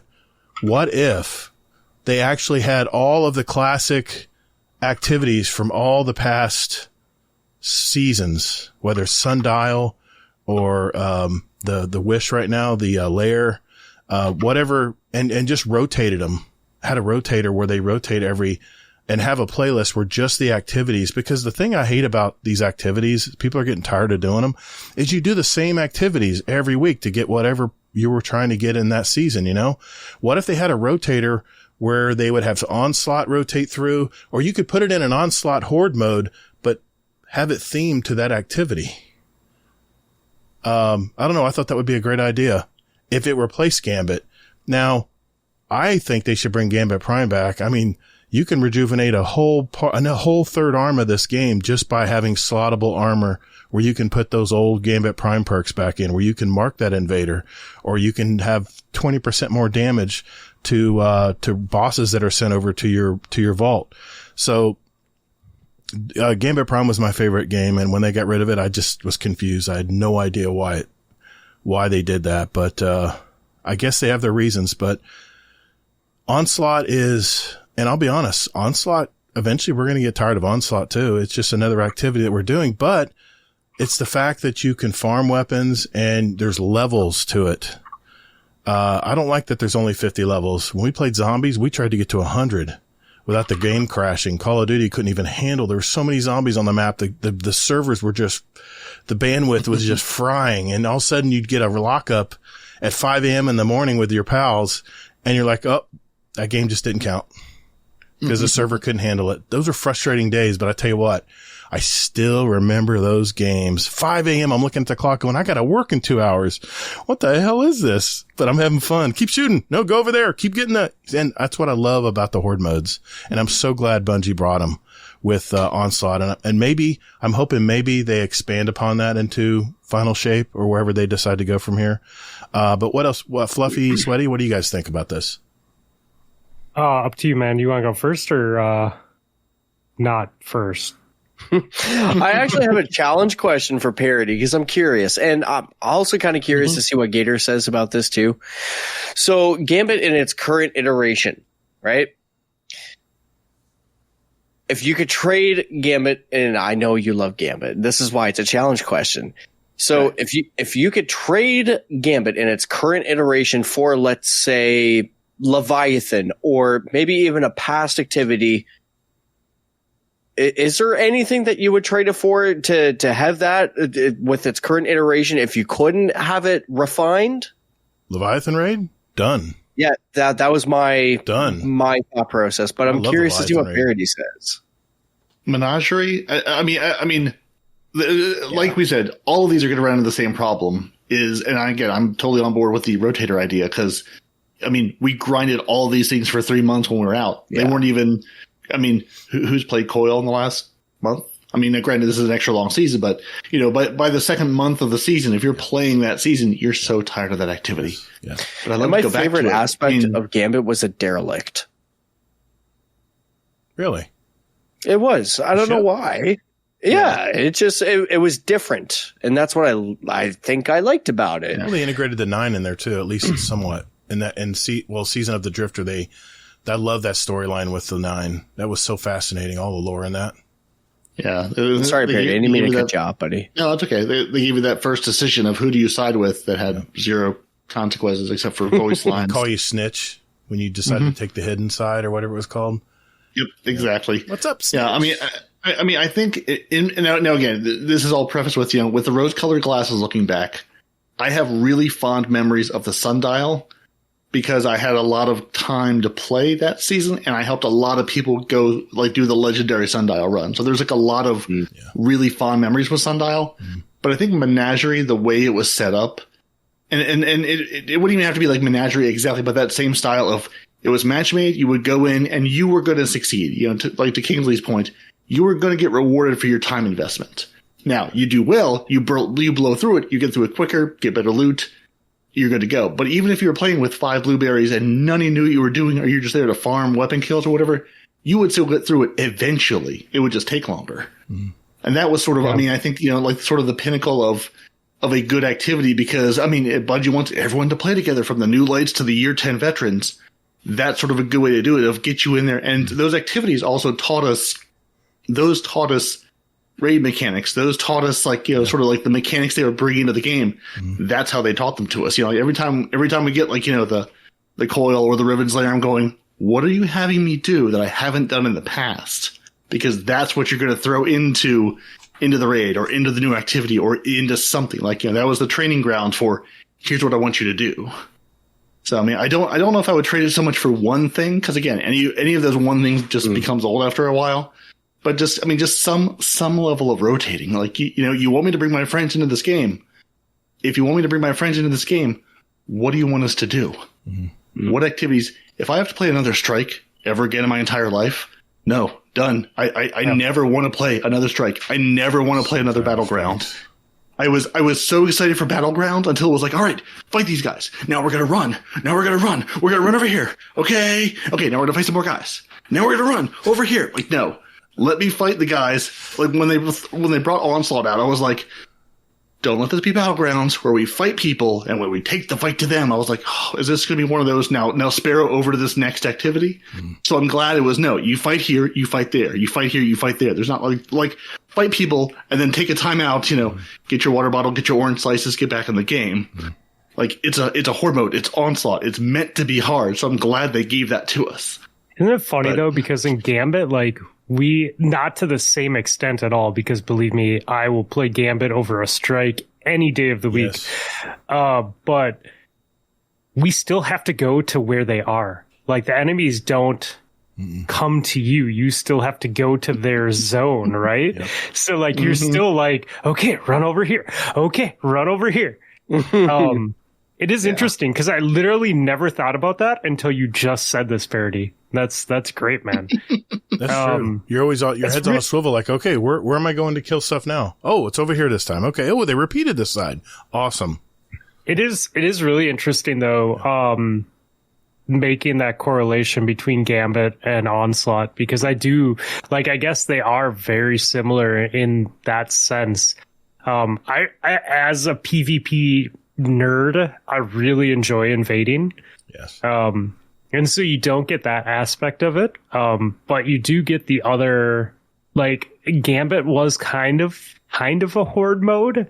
Horde mode light, like you were saying, like, and that aspect of it was fun. So I do like that they took that and improved upon that. And I agree with you, for doing an activity where people are moving together, like Menagerie was fantastic. Yeah. Like they have not hit a seasonal event like Menagerie since that came out. It is Parody. I know that they're not going to do anything with Gambit. But I have had fun in Gambit over the years. Like, I think it is a good time. I think I'd much rather run Gambit than a Strike any day. And for me, like, I love invading. I really love invading. I was looking, so there. What's that? And we love it when you all come and invade. Yeah, seeing someone in that red invader armor on my team, I'm going, we're good. We got this.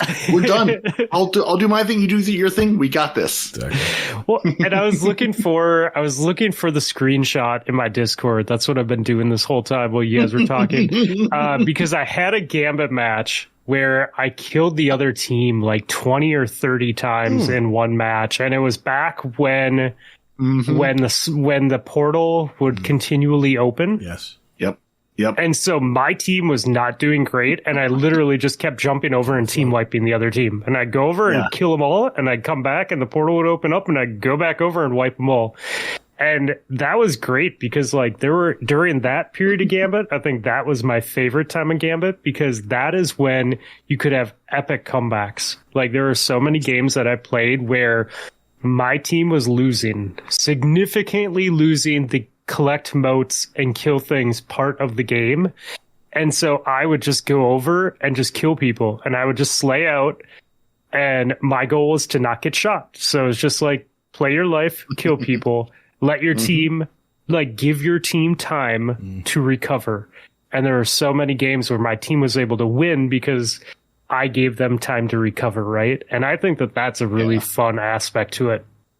Personally, I don't like the participation awards that they gave out with Heavy. I don't like that they're like, everyone gets a heavy box. Everyone gets heavy. Invaders are scary. Everyone gets heavy. I think that's bullshit. Destiny is a game where you make builds, and you make builds to help support your team, right? If it's an end game content, you need to look at things like, am I doing this build for recovery? Am I doing this build to heal my team and keep them alive? Am I doing this build to create special and heavy ammo so that we can DPS things, right? And that was true in Gambit too. Like, you put on heavy mods so that you had heavy, so that you could, like, dunk on the other team. And when they gave everyone heavy, it kind of negated invading, because you go over and just get shot by rocket. Yep. So, I think that they've had really fun versions of Gambit. I think that I've definitely had some really fun times in Gambit. It is too bad that they let a lot of that go. I mean, your passion for Gambit and what you're saying about Gambit and maps and attention is like 100% how Sweaty and I feel about Crucible maps. Yeah. And like, they did a lot of balance changes. And that's great. And that changes how you play the game. But you still need maps, and you still need things in both Gambit and Crucible to keep it alive. And I think the reason that the population is low is because you didn't invest in it. Yep. Like, they invested in Onslaught. They made Onslaught a thing, right? What if they would have taken that same horde mode idea and been like, instead of the guys just sitting in their spawn, why don't they rush the Gambit, point? And you have to defend it all of a sudden, or build up a defense around it, or it moves like it does in Onslaught. You know what I mean? Like, they had potential to take that creativity with Onslaught and put it towards Gambit and just make Gambit a better horde mode, right? They've changed it enough times already. We've seen Gambit, Gambit Prime, Gambit, whatever it is now. I don't know, man. Like, hearing you talk about that, I'm glad Onslaught is a thing. I'm glad Bungie has done the things that they have done, but it doesn't mean that they couldn't have taken that same energy and improved upon the things that they already had, right? I don't necessarily think they had to throw them away to make these new things. I think they just chose that path. Yeah, for a long time, I've been like, very tongue-in-cheek being like, oh, the PvP mains have it bad. Us poor Gambit folks have nothing, knowing full well PvP needs the love, because honestly, that's where the game got big. Watching people play Trials is how a lot of people were introduced to this game. Like, if PvP isn't thriving, you lose that entire community. Yep. But it was interesting that they fixed the because people were using all the Taken mods, like from, was the Last Wish, where like when you kill Taken, you got heavy ammo. They fixed that problem by just giving everybody heavy. We'll just give it all to you then. Like, well, that's a solution. And like, you guys remember labs? I mean, you PvP guys, there was labs. They would trial game modes and changes. They still have it. Labs, and then run a beta. Well, they had it before in PvP, and then lost it for like 2 years or a year and a half. They was just gone. Yeah. Because we would joke on the show, like, hey guys, you remember labs? When Bungie was like, well, we need to test something out. We're like, remember labs? You could test those things. I'm like, where's my Gambit labs? Where is my throw it back in there, see what happens? Throw it in there with the caveat. I mean, every time they bring something to PvP in the labs, they're like, this is labs. It's going to be stupid. Tell us in which ways it's stupid. We'll make it better. Like, put the big beta logo on it and throw it out there and say, let us play with it. Throw it in front of your millions of players. Mm. You want to bring, you're bringing people into the game. You're making the content free. You're dropping an incredible Into the Light free DLC to everyone. Give people something to play. Throw something out before they go, well, I don't know what this is, but this looks interesting. I mean, you never know there's so many facets of this game. You never know what people are going to latch on to. Yeah. I'm with you, man. I agree. And like strikes are fine and they're fun the first time you run them, but it's like a story mission, dude. I'm not trying to run the story mission 30 times. Yeah. By the time I've run the story mission on all my characters, I don't want to run the story mission ever again. Like, I'm not their target market for that. I will be honest. Like, I'm very aware of that.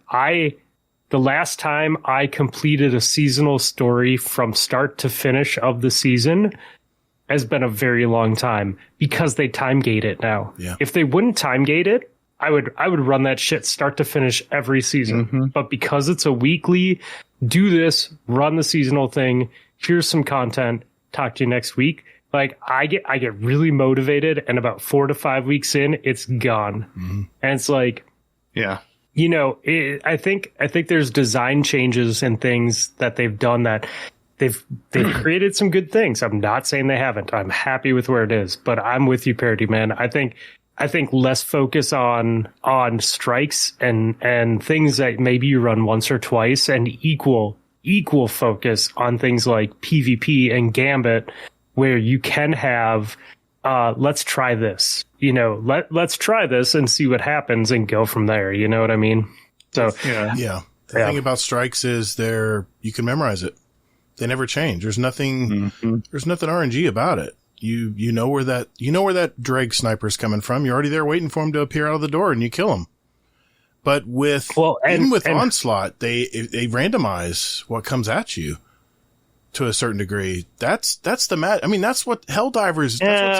That's what's keeping Helldivers so popular right now, is the fact that they're always changing it up. But that's another. I won't get off that topic. I want to make sure Sweaty had something to. Do you have anything you wanted to add to this, Sweaty, before we move on? Yeah, definitely. I mean, what if we turn the derelict into a gulag, so that way, whenever an invader, let's say Team A invader invades Team B, they die. Well, since that invader was killed and Team B was successful in defending, all of a sudden their invader portal stays open and you have the opportunity to continue invading until that invader gets killed. And then the two invaders got to duke it out in the gulag before going back to their team. Now, of course, what is the invader going to do in the derelict in the meantime while you're waiting for said invader to get killed and brought to the supposed gulag? Have a single bank, and whatever team that you're from, you can still have the opportunity of killing the hordes by yourself and collecting those motes and depositing them into the bank. And then suddenly, once there's another player from the enemy team that was supposed to be an invader, you guys have to duke it out to see who gets to keep the points from that bank. And then you go back to your respective teams. So then we've got our gambling angle and our 1v1 angle all at the same time. And with, you know, with the a can swing either direction. Remember Call of Duty used to have a gambling game mode. Remember that? If you lost the fight, you lose your credits or money or whatever it was back then. Yep. Yeah. Black Ops, I think that was. Yeah. Yeah, I mean, there's so much stuff that could be done. Yeah, I was excited to have the two of you on who are primarily PvP players, because again, you felt this pain of going, yeah, we had this game mode that we just forgot about for like a couple of years there, and then said, oh, right, we should probably think about that again. It's been really surreal playing the new PvP maps this week, because I actually had a moment today where I was playing comp and a new map came up, and I was playing it and I was like, holy shit, I forgot what it was like to play a new map in Destiny and have no idea where I am and no idea where the lanes are, and have like a bunch of like chicken with my head cut off moments, because it's like move left, right, left, up, down, where I don't know. And it's like, oh yeah, like, you go somewhere like Call of Duty or some shit like that, and it's like, oh, here's 3 or 4 new maps every half season. Yep. Yeah. They do recycle maps, but yeah, they do always do. Those maps are so iconic, Fluffy, that I still remember a lot of those maps from playing Call of Duty 7-8 years ago. The movie theater. Remember the movie theater? You can go back behind the screen and shoot people underneath. Sorry. I just remember. Shipment's my favorite. Which one? Shipment. Okay. I mean, dude, give me some of the D1 maps. Yeah. Yeah. But that's Call of Duty's MO is multiplayer. Let's face it, the campaign, half of the people play. It's like the opposite of the campaign in Destiny. Most people play PvE, and a fraction, 25% play the PvP stuff. You flip it on its head when you're playing Call of Duty. So I don't know. I still think the reason they came up with this strike team is I think they realize if they chase away all their PvP players right now in Destiny, then how are they going to react when Marathon comes out next year? And we all know it's coming out. They just opened up Marathon Classic. It's now available through Alpha 1. Yeah. So yeah, I mean, I've jumped on the maps, Fluffy, and private matches just to walk around, because that's what I always did in Call of Duty. When a new map pack came out, I'd go in there with my buddies and say, okay, let's look around here. All right. Yeah. Okay. I see the sight line here. This would work. And I miss those days, man. Those are fun. And it's been so long, like you said, Fluffy, that when you actually get a new map, you're like, wow, I actually have a little angst.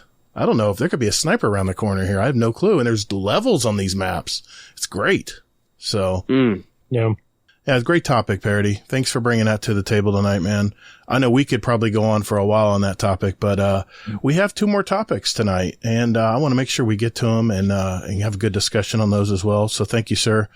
That means our 3rd topic is next.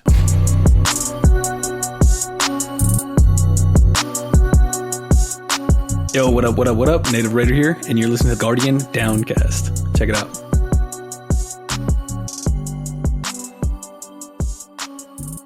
All right, that means it's our 3rd story of the night, and Sweaty brought this story to me actually when we first put this group together, and I said, man, you got to talk about this topic. So the floor is yours, Sweaty.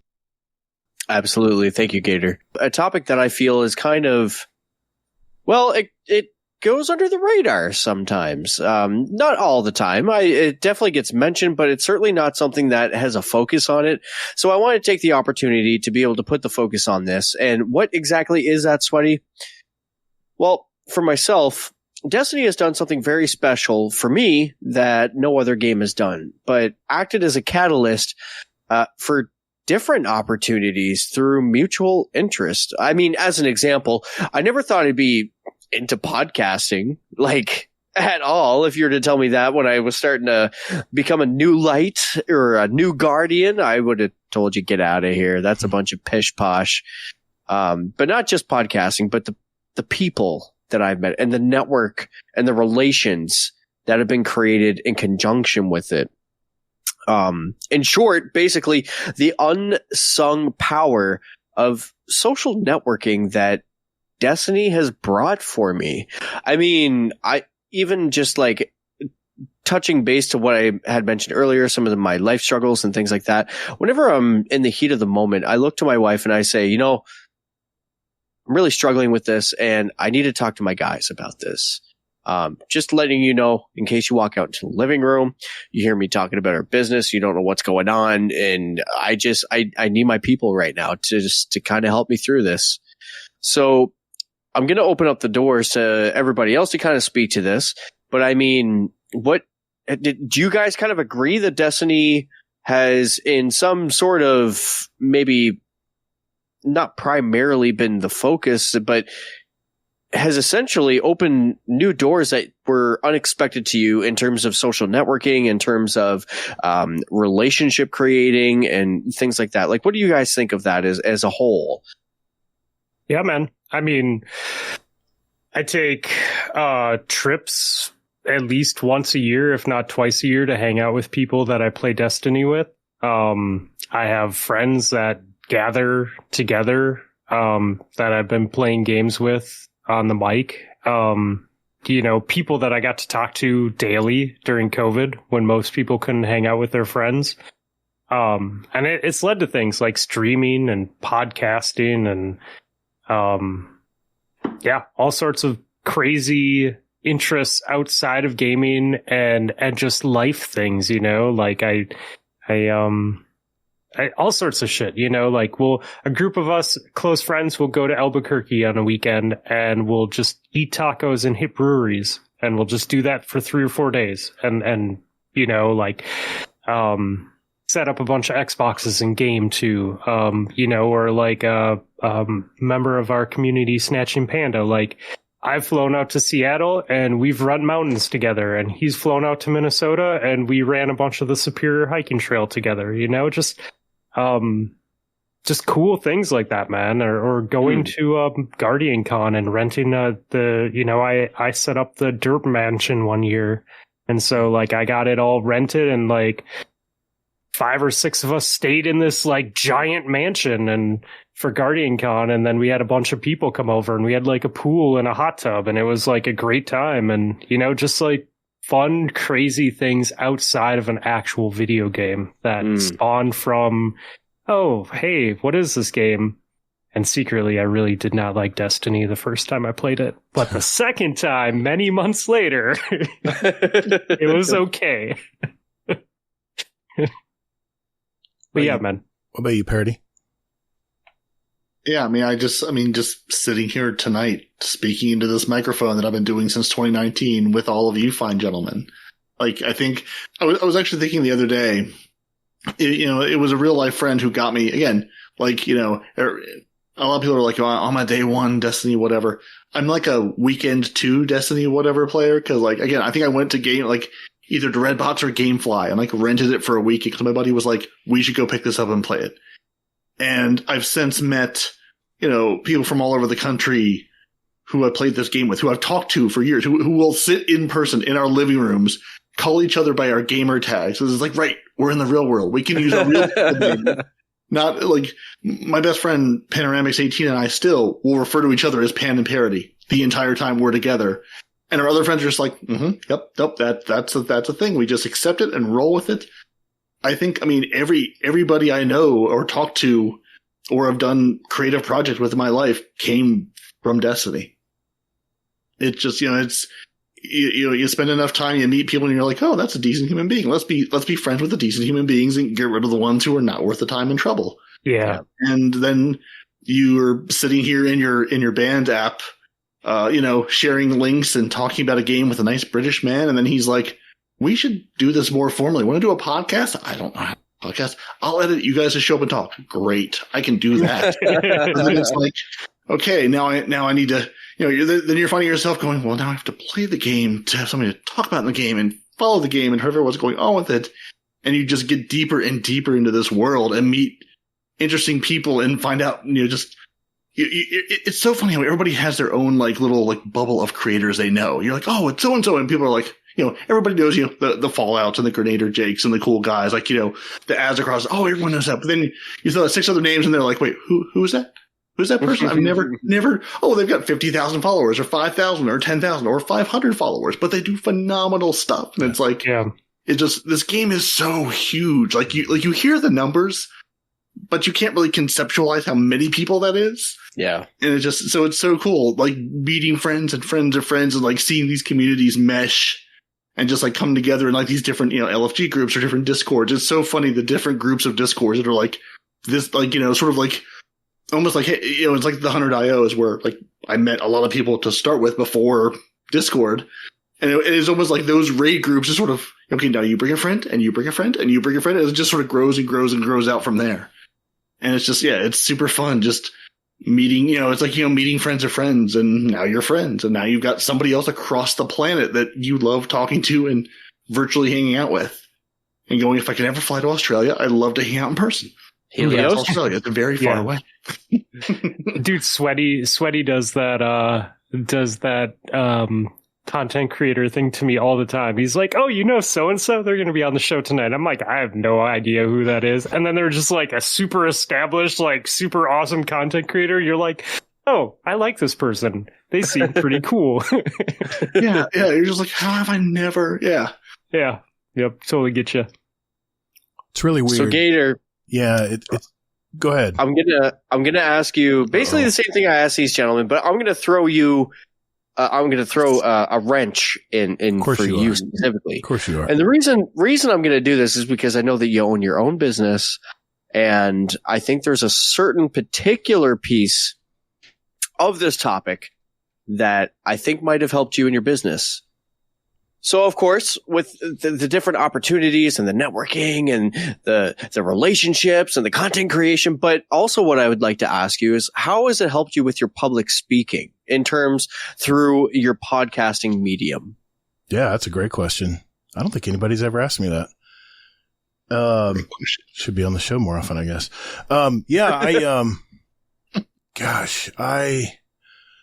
I was a terrified teenager in high school, and other than 5 other friends I had, which were all band geeks like me, I was the band geek that was also the football and baseball player, but I loved these 5 guys every day that we talked and sat at the table together and stuff, and I was terrified to talk to anybody. No confidence, typical teenager.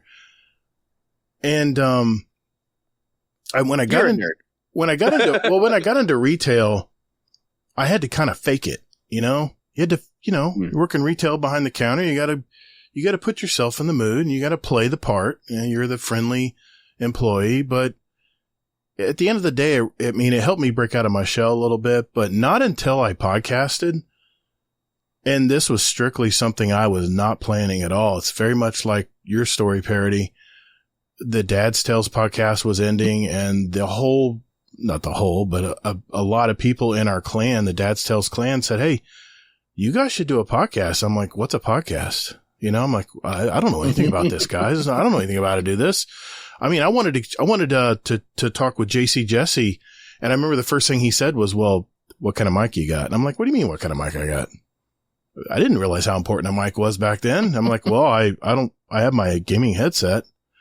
And, but fast forward, gosh, 5 years now, almost 5 years. July will be 5 years podcasting.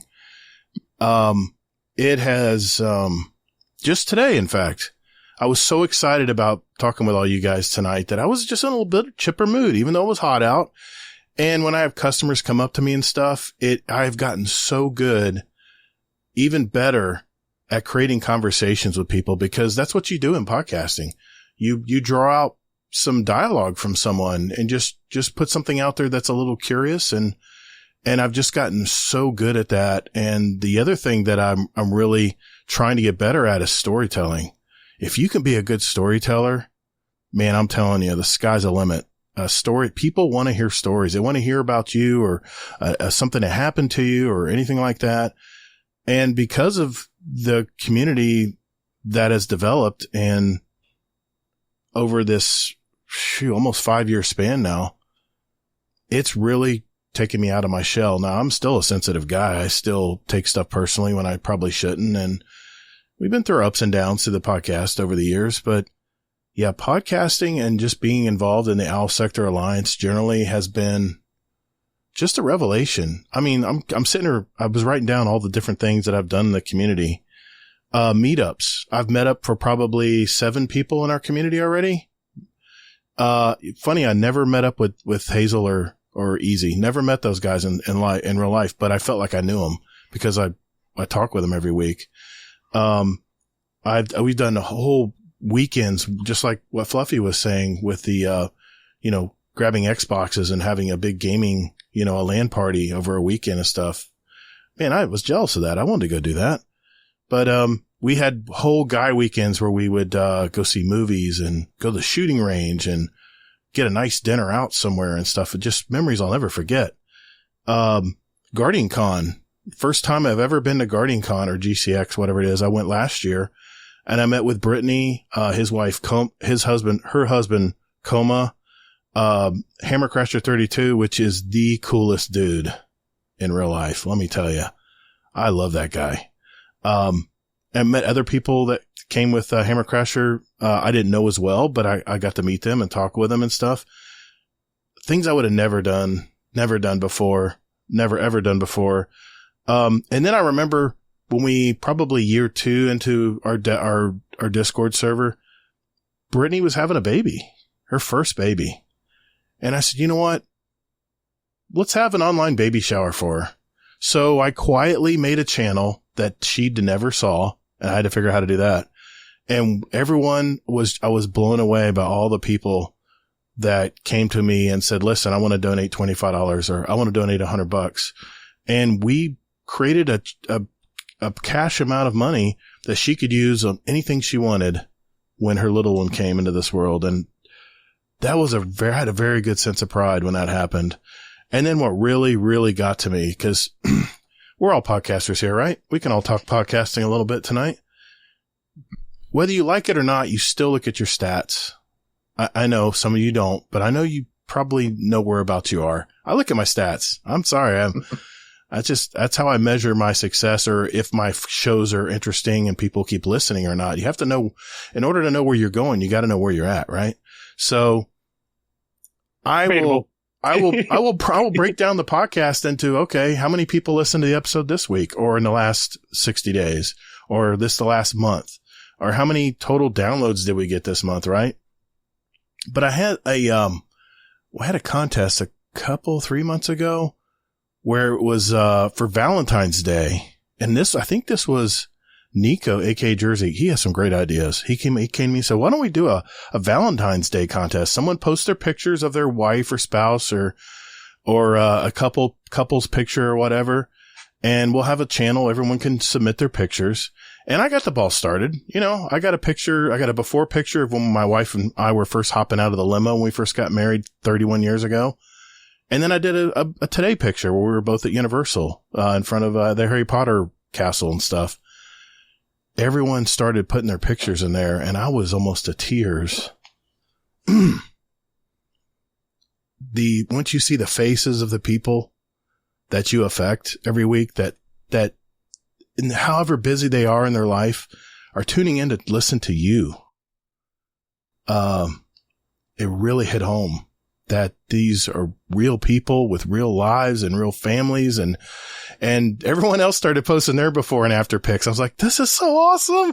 Look at all these people. And, I don't remember who won the contest, but that really hit home that these are people dealing with their own shit in life that are tuning in to listen to you, dude.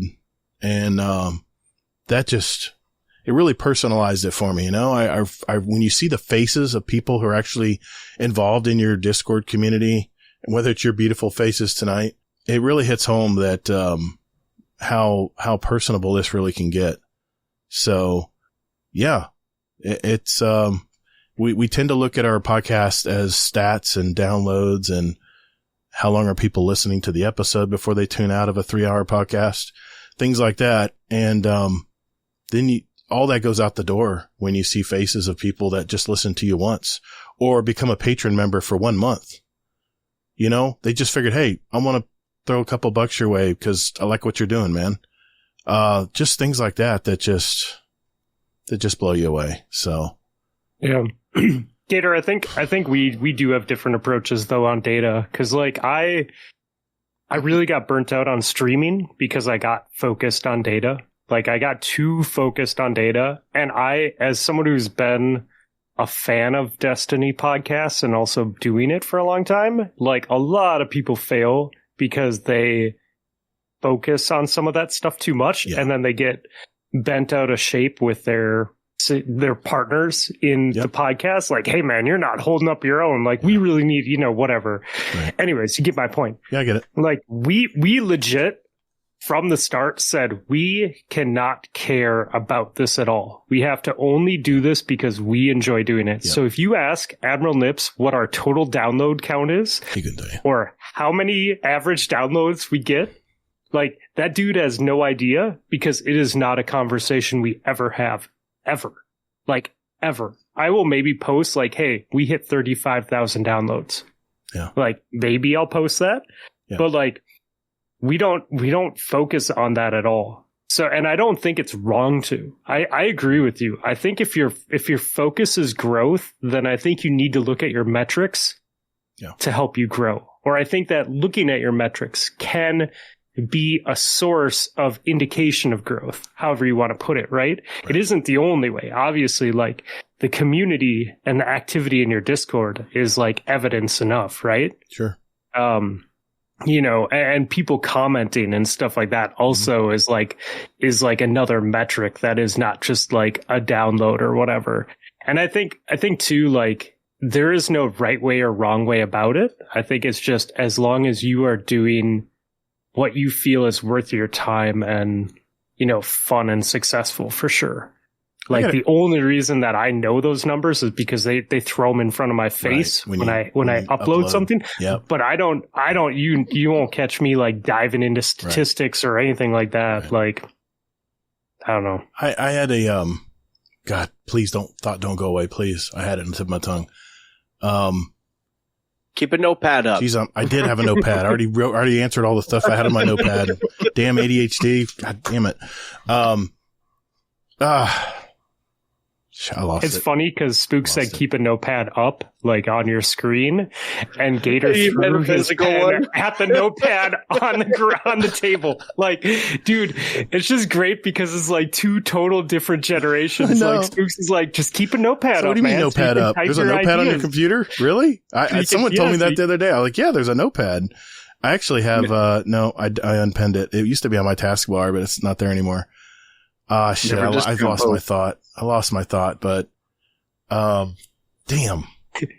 Well, I'm going to say this then, and maybe you could think about it in the meantime. Yeah, maybe it'll jar it.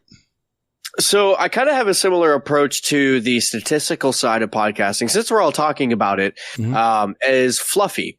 But there was one time in particular where the metrics did matter to me, and it's not because it benefited me, but it benefited someone else. Not just someone else. It benefited a whole plethora of people. And Gator, you'll remember the time when you and I band together and we did the Veterans Day charity event. Oh, that was so much fun. Man, that was the only time that I was closely paying attention to the metrics, just because I knew that every time that we received a single donation, didn't matter if it was $1, $20, or whatever it was, that it was going to help somebody that was in need of that. And I just wanted to thank you for participating in that. I hope that we can do that again this year. I'm in, man. I just ran into Iron Banner solo. I said, here we go. Let's go, guys.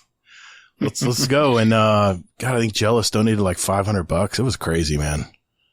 And I actually got to see, because I actually went and took it a step further. I became a Stack Up streamer. Yes. So I'm on the in a little bit, and I got to see, as you were mentioning, the faces of the people that are participating. I got to join the Discord. I got to join the private chats, and I got to see the faces of the people that this benefited. That's awesome. And these were people that don't ask for help.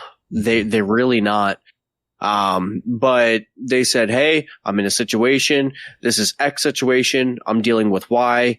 I just kind of want to have a way to connect with my people. And that's really all it is. And our contribution went to a larger project that at the end of the funding resulted in $500,000 that went towards veterans, not only for the United States, but allied nations, including Canada.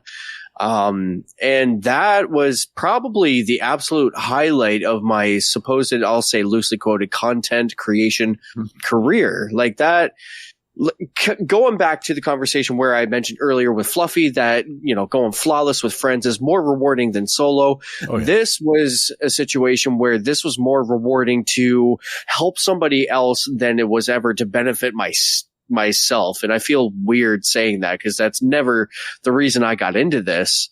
But there is a certain validation where it goes, okay, so am I hitting not the right metrics? I guess that's not the right wording, but like, am I doing the right thing? Am I hitting the right notes? Am I speaking to the right crowd? Am I giving the right information? Am I being authentic enough? Am I being transparent enough?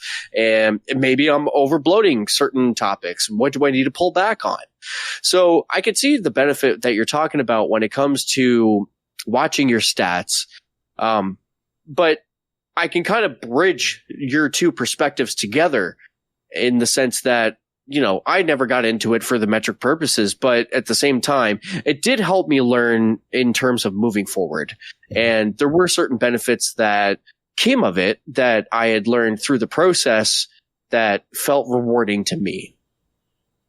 Yeah. Yeah, I don't think there's a right way or wrong way, man. And there's definitely a difference between focus and awareness.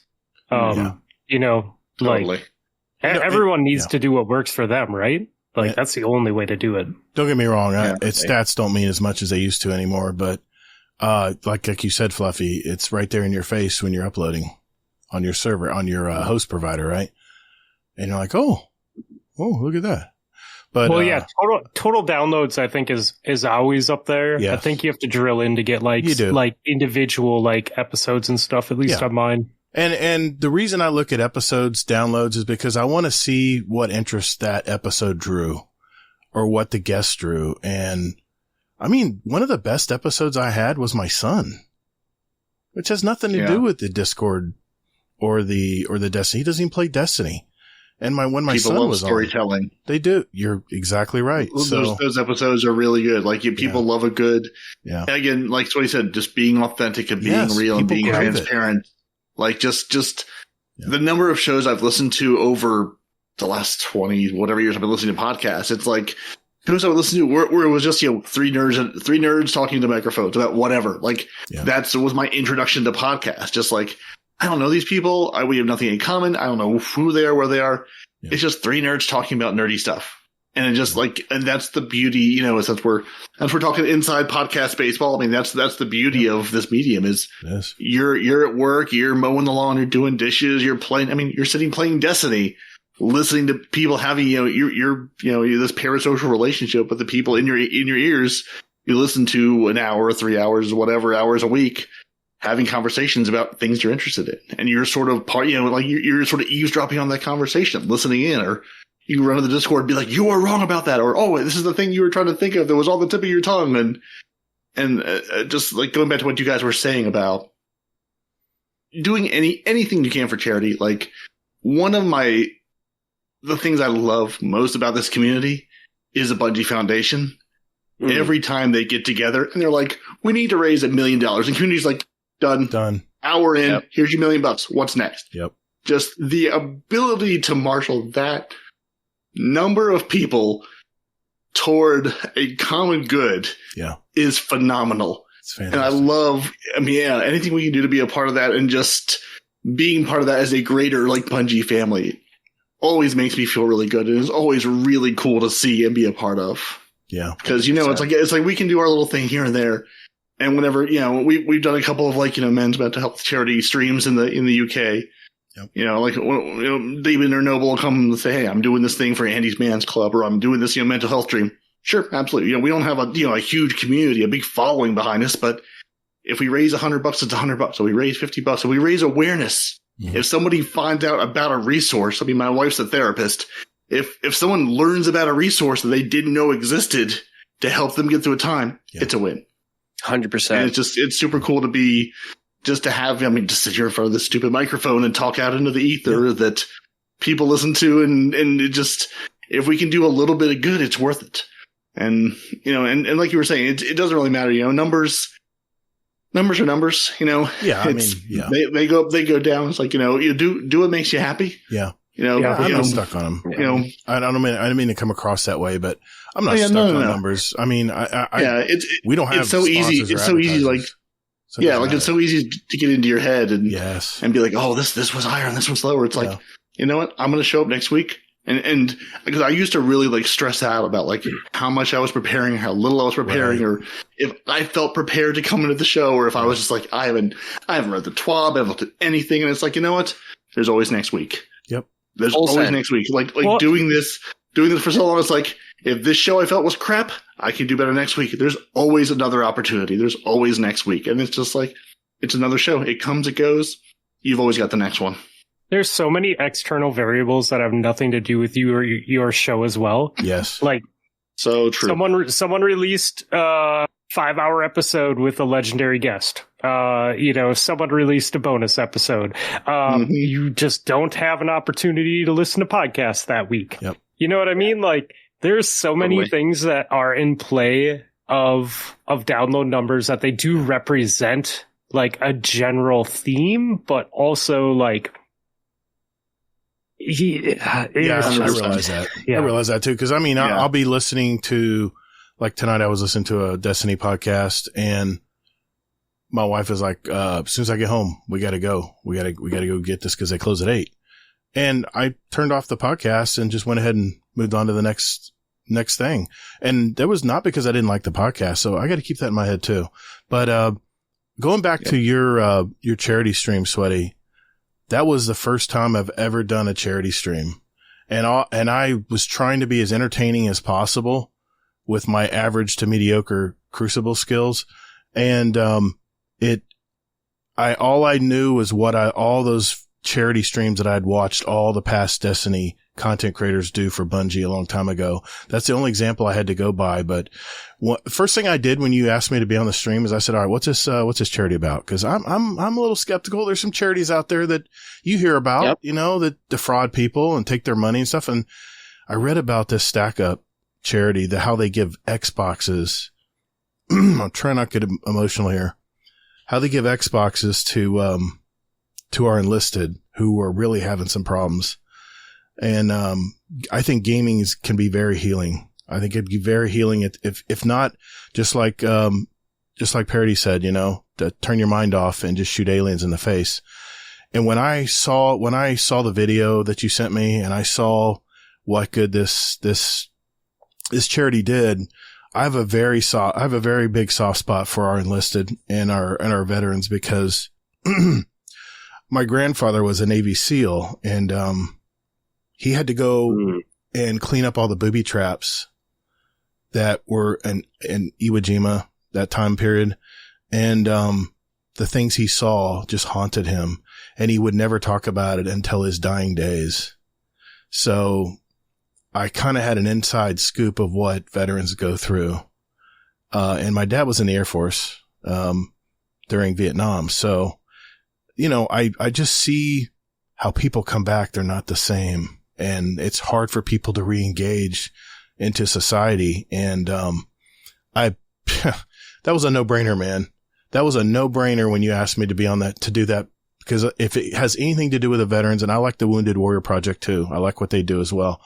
But yeah, that was the first time I've ever charity streamed before. And I'm so glad you asked me to do it because, it was so much fun to do that night and so many people turned out for it. And I was just so proud of our community that night. And here's Jealous. He just won a bunch of money playing darts in a tournament. And this unselfish guy says, yeah, I'll just donate it to you guys.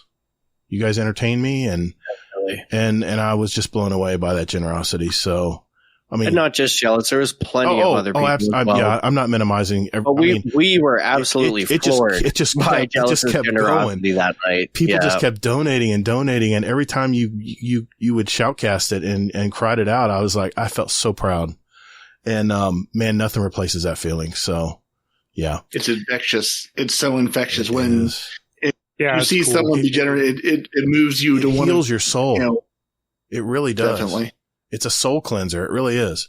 So, well, hey, any So last watch this words? here. Yeah, Sweaty.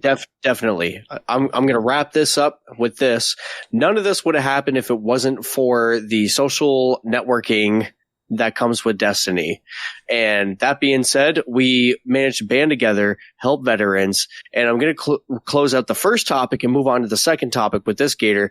Did you find that through, and this is completely unrelated to Veterans Day, by the way, hard switch. But I was curious though, because you own your own business through your podcasting, through meeting everybody that you've met through interviewing high profile creators to even just the average Joe. Did you find that experience helped you with your business in terms of just speaking to people, your public speaking? Absolutely. In fact, my wife has asked me to do teach-in with her school, with elementary school kids. And as probably most of you guys know, I own and operate a pest management firm here in Florida. And I was so confident. I never stumbled. I never had any issues, even talking to little kids. And of course, the parents are there too. They're listening. So it's like you're talking to adults. But, yeah, it's had so many benefits, just, the networking aspect of it. And, yeah, I mean, I'm just talking into a mic, and every week I try to improve. Every week. There's a saying you can't see over here that I hang right next to my desk to my left, and I look at it every morning, and it's today is another chance to get better. Definitely. And when you see that, it's so easy. I know it sounds corny, but it's when everything's going wrong and you look over there and you had a bad day, it's so easy just to read that and just snaps you right back into focus. So yeah, it's been a great experience. I feel, yeah, it's definitely helped with my business.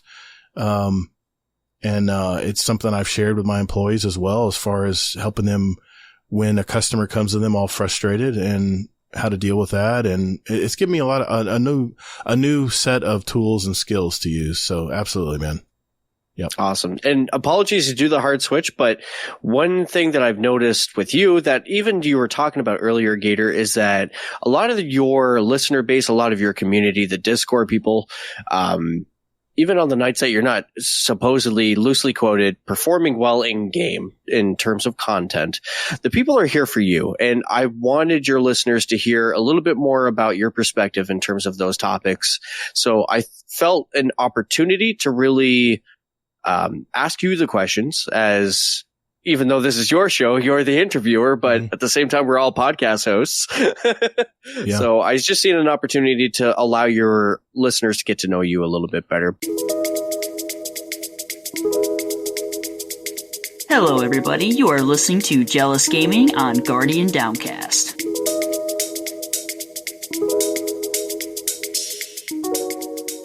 Now, on to the next topic. And we'll close out at least my terms of speaking with this one, because I found this to be a quite popular topic amongst the Owl Sector Alliance as a whole. But hypothetically, Destiny 3. Now I'm curious, and I want to hear from everybody, Fluffy, Parody, Gator, what a Destiny 3 should even look like. Like, should it be a full reset type of deal or a continuation? I mean, I think most folks are hard against the idea of the galaxy is in peril yet again, Guardian. And like what that could even look like. Do folks even want a Destiny 3, or have we kicked the horse long enough? Like, what are your guys' thoughts in terms of the idea under the umbrella of Destiny 3? Dating sim. Where is my Destiny 3 dating sim? I want a dating sim and card game mashup. That's what I want out of this. With beards. Listen, if I can't roleplay a Save 14 and go looking for love, what is there left to do? We've saved the galaxy. Everything's great. Now this is the epilogue of the 10 years of war and fighting. Everything's good now. We're friends with everyone. Now we can all hang out. If we're doing a Destiny 3, I want them to lean into what they're doing with Prismatic for everything. Right. I think ideally, like, obviously it has to be a fresh start. Everything has to go away. the weapons have to leave. That's just how it is. But I want to have it more like playing, something like Diablo or The Witcher or something like that. But I want the armor to be, you pick it up, you can put it on whatever you have. You find Ophidians and you're a hunter, you now have Ophidians on a hunter. You're a Titan and you find Starfire Protocol and it works for you, that works for you. Like, I think if they're gonna do it, I think that would be enough of a change. They're already doing it kind of with this prismatic thing and with the class items where they're blending the lines of the different class types. So why not just have no lines at all? Why not just say, this is your hunter. Who do you want to be? You want to be a hunter? You want to be a warlock? You want to be a titan? Cool. Go out into the world and slay shit and make that character better and make them your own. Because then they're really your own. Because, we say that they're our own, but we're just putting puzzle pieces together that they gave us. Like, the puzzle's already been built. It was built and they just cut up the pieces and said, here, you put them back together. You know what I mean? So, like, I think that style or that openness to not pigeonholing everything in like it is with the last two games, like I think that could give them some flexibility. And I know I'm probably like really making some lore people upset by saying this, but they'll just change the lore like they do, or modify it in a way, or introduce some sort of like, well, we thought that was true until we went through the Pale Heart, and then we discovered that there's people that live like this. You know what I mean? So, like, if they want to do it, they can find a way to write into it, right? Because, like, what is known is only known now. It doesn't mean that you won't know something new tomorrow.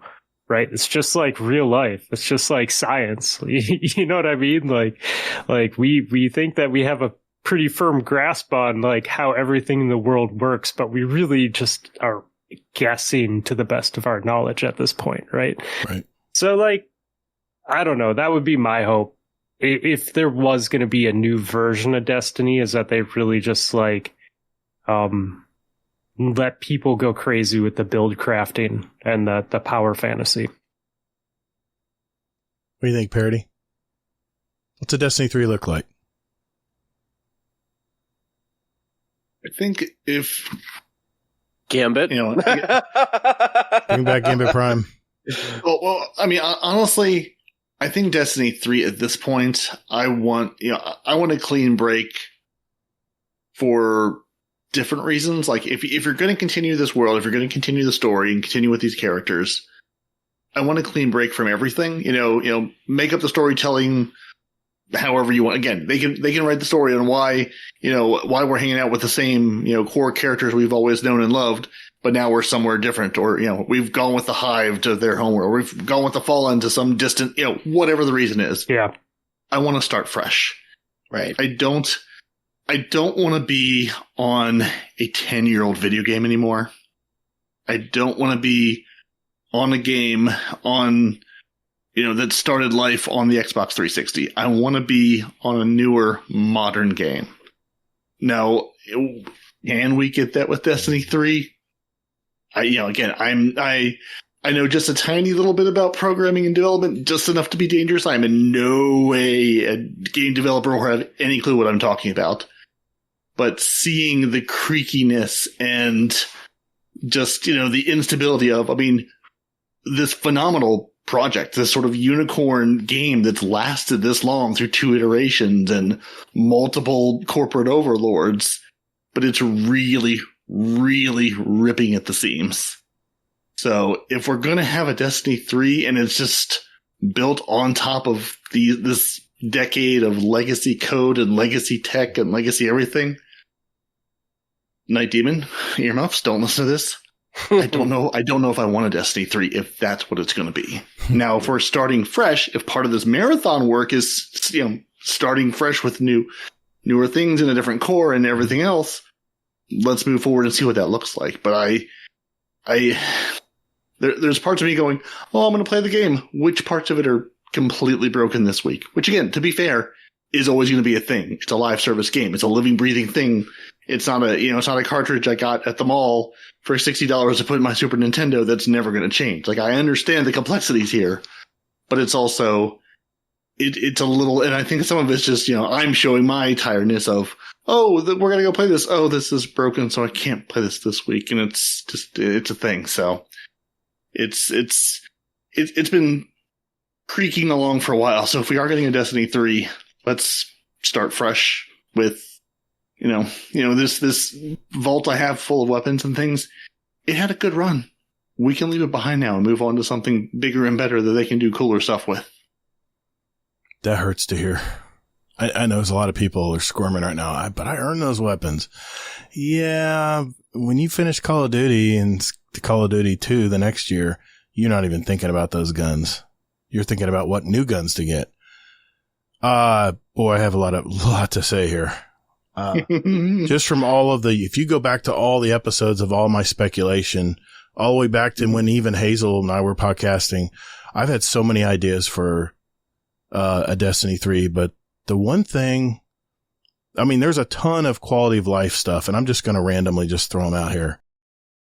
I think it's time to refresh our bounty system. I was talking to Ban Davis about this a couple shows ago. And he goes, I like doing bounties. I don't mind doing bounties, but can we get some new bounties? Can we get some new bounties and maybe have a more complex or 2-part bounty that gives you extra XP or something? We need a more personalized game. I think, it's nice we can, when we put our character together, we have a set of hairdos and stuff. But that's the one thing I loved. And when I played Starfield, and we all know where Starfield's gone, but I loved the certain traits you could shape your player like. All of the different skill trees that would drop down from Starfield, and there were 3 pages worth of them. And depending on how you play the game or what you like to play in the game, you would go for those traits first. They need to do something like that. And maybe it means they need to go deeper in the build crafting process of the game. Maybe they need to offer a ton more aspects and fragments to more personalize your play style in the game. They got to keep the weapon feel. They have to keep that magic, because that's the one thing that separates me from playing Call of Duty right now is the weapon feel and the feel of the guns in your hand. I played Dynasty Warriors forever. The hack and slash game, where you go and just go through enemies and just hack and slash. It was the ultimate turn your mind off game. And then they changed something. They went to a different developer. Or went to a different engine or something as the game got older. And it just didn't feel the same. And there's just some that's very anime of you. Well, it's just very intrinsic, something intrinsic in the game that you don't feel, but you sense it. And it's hard to explain, but they got to keep that weapon feel. And when I'm talking about personalization, how about some more graphical emblems with movement? Some special emblems for titles. And how about when you guild something 5 times, you get another emblem?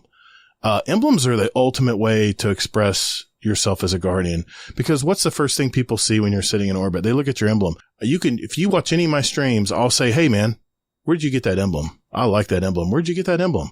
Oh, I had to do, I had to do 100 clears of this without dying or something. I don't know what it was, but Ship, Sparrow's Ghost. How about some more unique looking, they can go a little further there as well, as far as like stuff dangling off of stuff and maybe even some movement. How about a door that's like jiggling and about to fall off or something? That would be kind of cool. How about a big school bus? I remember that from Destiny 1. They need to remove the limits of the season pass bar. They need to open up more rewards for time played in this game. If you want people to log in and play your game, this is what kept me playing Call of Duty all year round, because I wanted that next prestige icon next to my name, and I wanted that new prestige emblem that everyone would see. They say, oh, this guy's been playing, man. This guy's been playing games. Oh, he's got 1,000 headshots with his hand cannon or with his sidearm. We need to at least open, most of the vendors they've caught on.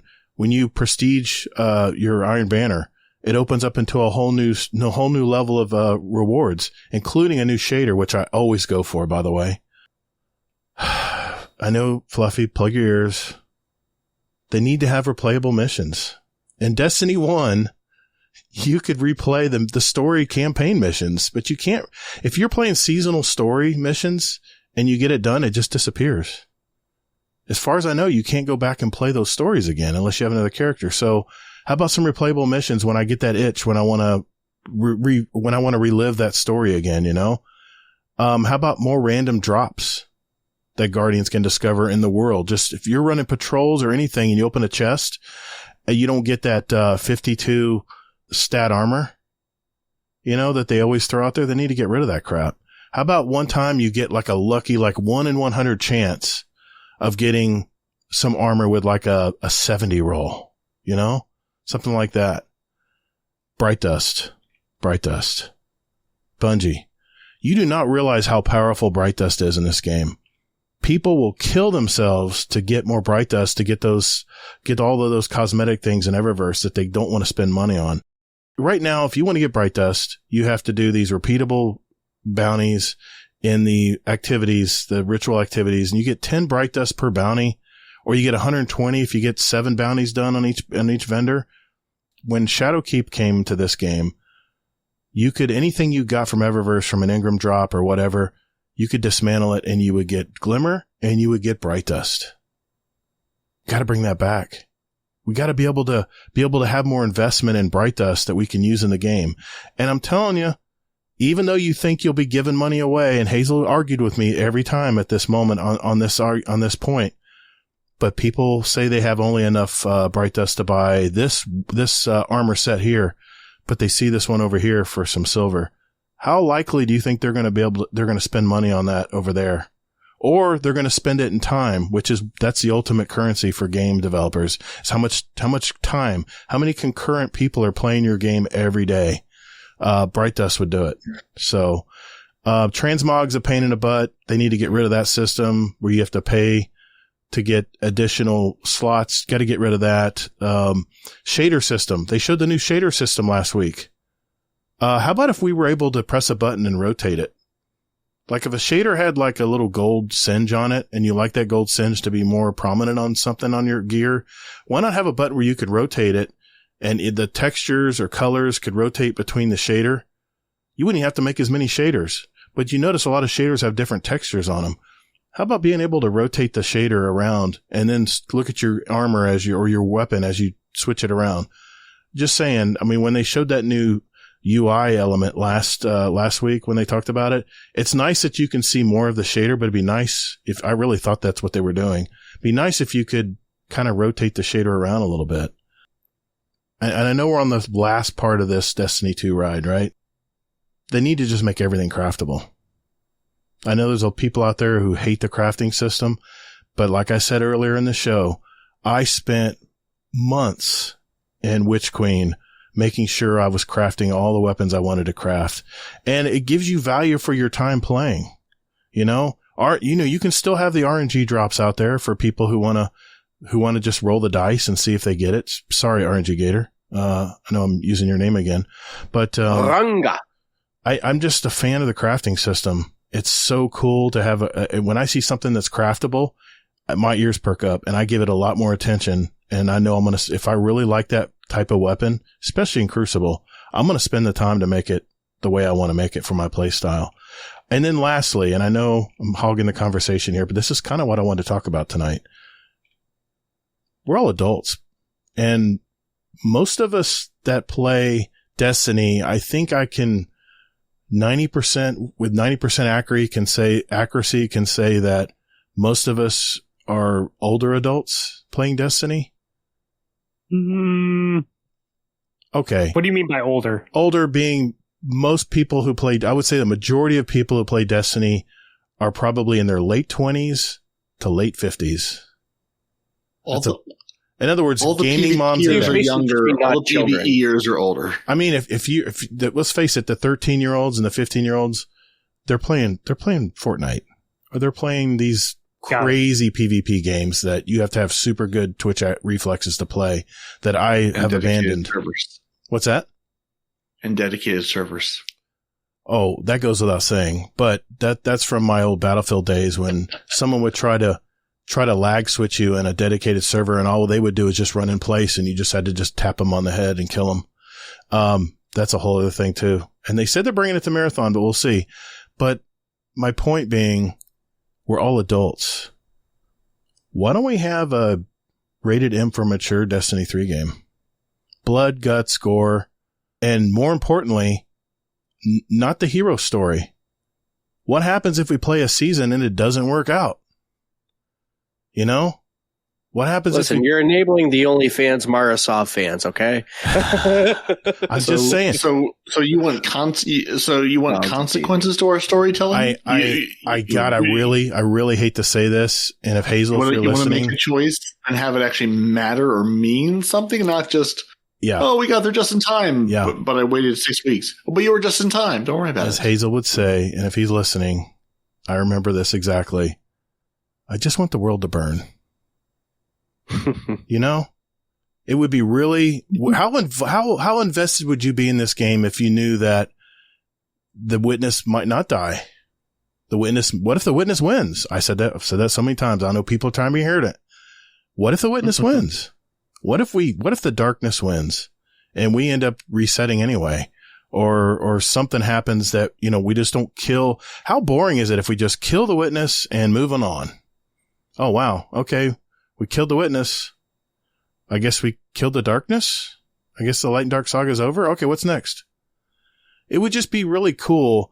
I know there's some games out there that are really dark and probably scratch this itch for me, but it would just be nice if Destiny wasn't so nice. That maybe there wasn't a happy ending. Maybe something happened where you got really pissed, like when someone maybe shot a certain character in the game. How pissed were we when someone shot Cade? Spoiler alert. How pissed were we when Crow was possessed by Riven and shot Cade and killed him? That was probably the most paramount story in this whole daggum game, where I think everyone got up in arms and was just furious. But in a good way. Because we wanted to get our revenge, right? In Forsaken? Alright. That's what I want to see in a Destiny 3. Spooks. I will say 100% that there was a certain topic that you hit that I agree with, and it came with the topic of prestige. Now, I'm prestige 31 with Shaxx right now, and it means nothing. Exactly. What if it did, though? Yeah. How about that armor that you got for all 31 prestiges? Is that I deleted? What if there was an emblem when you hit every 10 resets, you got a new emblem? Would that make it worth it? Do you know what? Don't even give me an emblem. Give me an engram that I can use to focus artifice armor for the prestige. Why not? I mean, not just Shaxx. Give it any vendor. Every 10 prestige ranks that you hit with a vendor, you get an artifice engram that you can open up and get a piece of artifice armor. I mean, I think that would at least be worthy enough. Maybe not 10. Maybe 10 is extreme. Maybe 5, because it does take time. The only reason 31 is so high right now is because of the extended season. On a regular season, I'll probably hit maybe 15 to 20. It's been a long season. 20 to 30 is pretty average if I'm playing a lot. So yeah, I'd say you can definitely hit the 20s. But that's for people who play a lot of PvP, man. Yeah. Definitely. But shouldn't they have something to show others that they play a lot of PvP other than total kills on their emblem? Which I love. I love that. It depends on the person, though, man. Like there's thousands of emblems, and like a lot of them are really cool, but you can only pick one. That's true. I mean, at the same time, out of curiosity, like, okay, sorry, let me start with this. When it comes to seasonal rank, I'm probably 300 and some right now, so I've wrapped the season rank not twice, but 3 times. I'm almost at 400. I'm thinking for every so you have your original season rank, but for every time that you wrap it at the 100 mark, I still think that Artifice Engram would just be like a nice little, well, you did it. Here you go. Yeah. And I mentioned, once you hit What's you hitting there? There's that crack in that voice. It's getting late. Once you hit 100, when you hit 101, guess what? There's a whole new season pass. And I know they're extending it in the episodes. I know they're meeting us halfway with the episodes because the episodes are longer. So they're extending the season pass by 50, I think. So it'll be a total of 200 by the time it's fully done. That's great and all, but I've reset it 4 times almost. Wouldn't it be really cool if we got something special? Or maybe going the second time around, there'd be a special shader like with Iron Banner? Or even those damn golf balls that we never have enough of? Or Ascendant? What is it? Ascendant?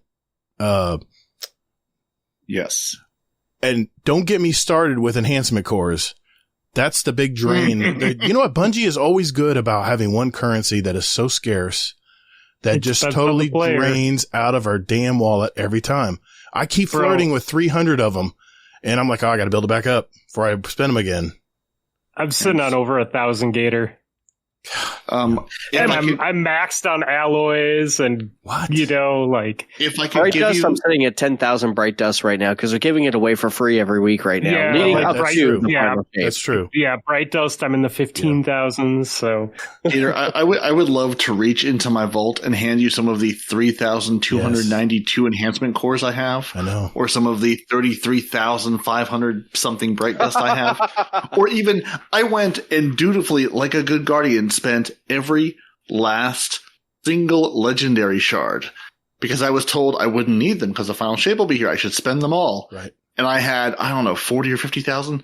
I'm back up to 7,300 of those things. Dang, I don't know. So, I mean, I want to say I don't, I mean, again, I go in and, I spend my time. I've got, I spend my time in Gambit and Onslaught and things. Like, I'm not doing the end game activities. I'm just playing this game a lot. Yeah. So I'm guessing that's where all of these come from. Yeah. Now, to be fair, I'm pretty sure I'm sitting on some enhancement cores from like when the 21% delirium was glitched and you could just turn all of those in. I would like to think at this point. Yeah. I've spent through some of those, but like the game does throw currency at you. And to be fair, I also don't.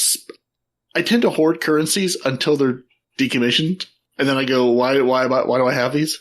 Why am I not spending lately? I work so hard for these rewards. And then I go, well, but I don't spend the reward. So what Parody is saying, Gator, is that he doesn't share the same problem you and I have, where we're content creators, so we're trying different things. We're trying different builds. Exactly. And all in the name of, okay, well, I seen a cool guy video come out about this particular piece of content. I want to try that build, and, well, I need to use up all my currency because I need to bring it to the light level. I need to masterwork it. I need to do this. I need to do that. Oh, well, that was fantastic. I think that would be great for this audience. I think that would be great for that audience. So the average person out there isn't doing that. They're probably finding the thing that they enjoy the most, using that one thing and sticking with it. And then because they're sticking with it, much like our good friend Parody here, they're just building up currencies at this point, at least in terms of an extended season, they don't really need. Now, once the final shape drops, there's something new, shiny. There's the new shiny thing out there. They're going to go, okay, well, I have lots of currency now, so let me go try everything. That's what happens. Change all those currencies over and make me go get different currencies. Yep. Yes. And I know, I know what it is. It's gun crafting and it's masterworking armor that sucks them up. And it's how much armor are you like this is where I wonder, because I have all the exotics, but I don't have them all masterworked. And then I'll see a build that says, oh, you need to use this, the Briar Binds. You need to use the Briar Binds because this Child of the Old Gods build. I'm like, man, that looks pretty cool. So I made this, so I made this build. Well, my Briar Binds, I haven't touched those things. They never really did any good for me. Well, guess what? It costs to upgrade that to masterwork level. And when you go to your armor pickers and stuff, you have to assume everything is masterworked to, put your builds together. So that's for me. I mean, for one exotic, you're using, I figured this out a long time ago, but you're using 3, golf balls. Anytime you, masterwork anything, whether it's anything exotic, it's 3 golf balls and then a ton of prisms. And guess what? Hey, guess what, Parody? You can farm prisms now, but guess what they cost? They cost enhancement cores. That's where all my enhancement cores are going. $1 billion. That's where my enhancement cores are going because I'm trying to farm prisms. And I'm sorry, I don't play stream this game. I'm not playing 8 hours a day. I'm playing 2 hours a night when I get home from work. Totally. I don't know if I guess I'm a casual hardcore, I guess. Someone asked me this. I think it was original Jimmy asked me this question last week. Are you a casual hardcore or are you a hardcore casual? And I think I'm a casual hardcore because I love playing the hardcore stuff. I love playing Trials and everything, but I only have the time to play on a casual basis right now because if I'm not really in the mood to play Destiny, I'm not going to force myself to play. And I know this goes back to Fluffy's story where we feel we're doing something we're not having fun doing. And it's been a long season and I know that counts too. But if I'm not feeling it, I just don't play it. I go watch some of my shows. I mean, I saw 44 movies last year at the movie theater. This is things I do with my wife, through the week and on the weekends. And when some people are playing Trials and grinding out weapons and stuff on the weekend, I'm either editing a podcast or making a new YouTube video or making some shorts. I mean, the time, everybody has the same amount of time and it just depends what time, where you're putting that time. And I know there's people out there that have every piece of armor fully masterwork and they have like 10,000 enhancement cores in their vault. They play a ton of the game and it just builds up over time. But I would say that's probably 5% of the 5 to 10% of the player base that plays that much. The rest of us, where we stand on that. So yeah, I'll get comments either way. I'll get people say, dude, you're off your rocker. 100%. I got 8,000 of these things. I can't give them away. And then you'll have people go, I understand, Gator. I really do. Yeah. I wanted to masterwork this gear the other day and I couldn't do it because I didn't have the materials. So I don't know. As far as the materials.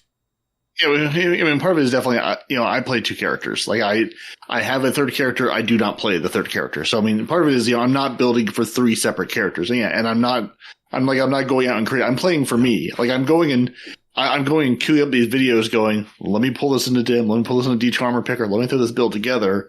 Let me masterwork all this stuff. But then, sometimes I sit there, sometimes I play with it. But yeah, I'm right there with you. If I'm not, I mean, there was a long time where a week would go by, barely a day would go by where I wouldn't play this game. But then, the longer, especially, with these long seasons, it's like, what are you grinding for? What are you looking to get? I think, I mean, at this point I'm putting 3 hours a week in, maybe. It's sort of like I'll dip in here and there, or I'll jump on with some friends and we'll play for a couple hours, do some onslaught or whatever. But just, yeah, it's definitely, and it's just so interesting the dichotomy of you're either drowning materials or you're starved for materials. Like there is no middle ground. Like I don't know anybody who's sort of like, I'm at a good spot with them. Like I've got just enough and I feel good about it. Like I guess it's just sort of a symptom of, you've got people who are playing this game 8 hours a day, people who play it 8 hours a week or 8 hours a month. Mm-hmm. And then just, again, you've got some people take 6 months off.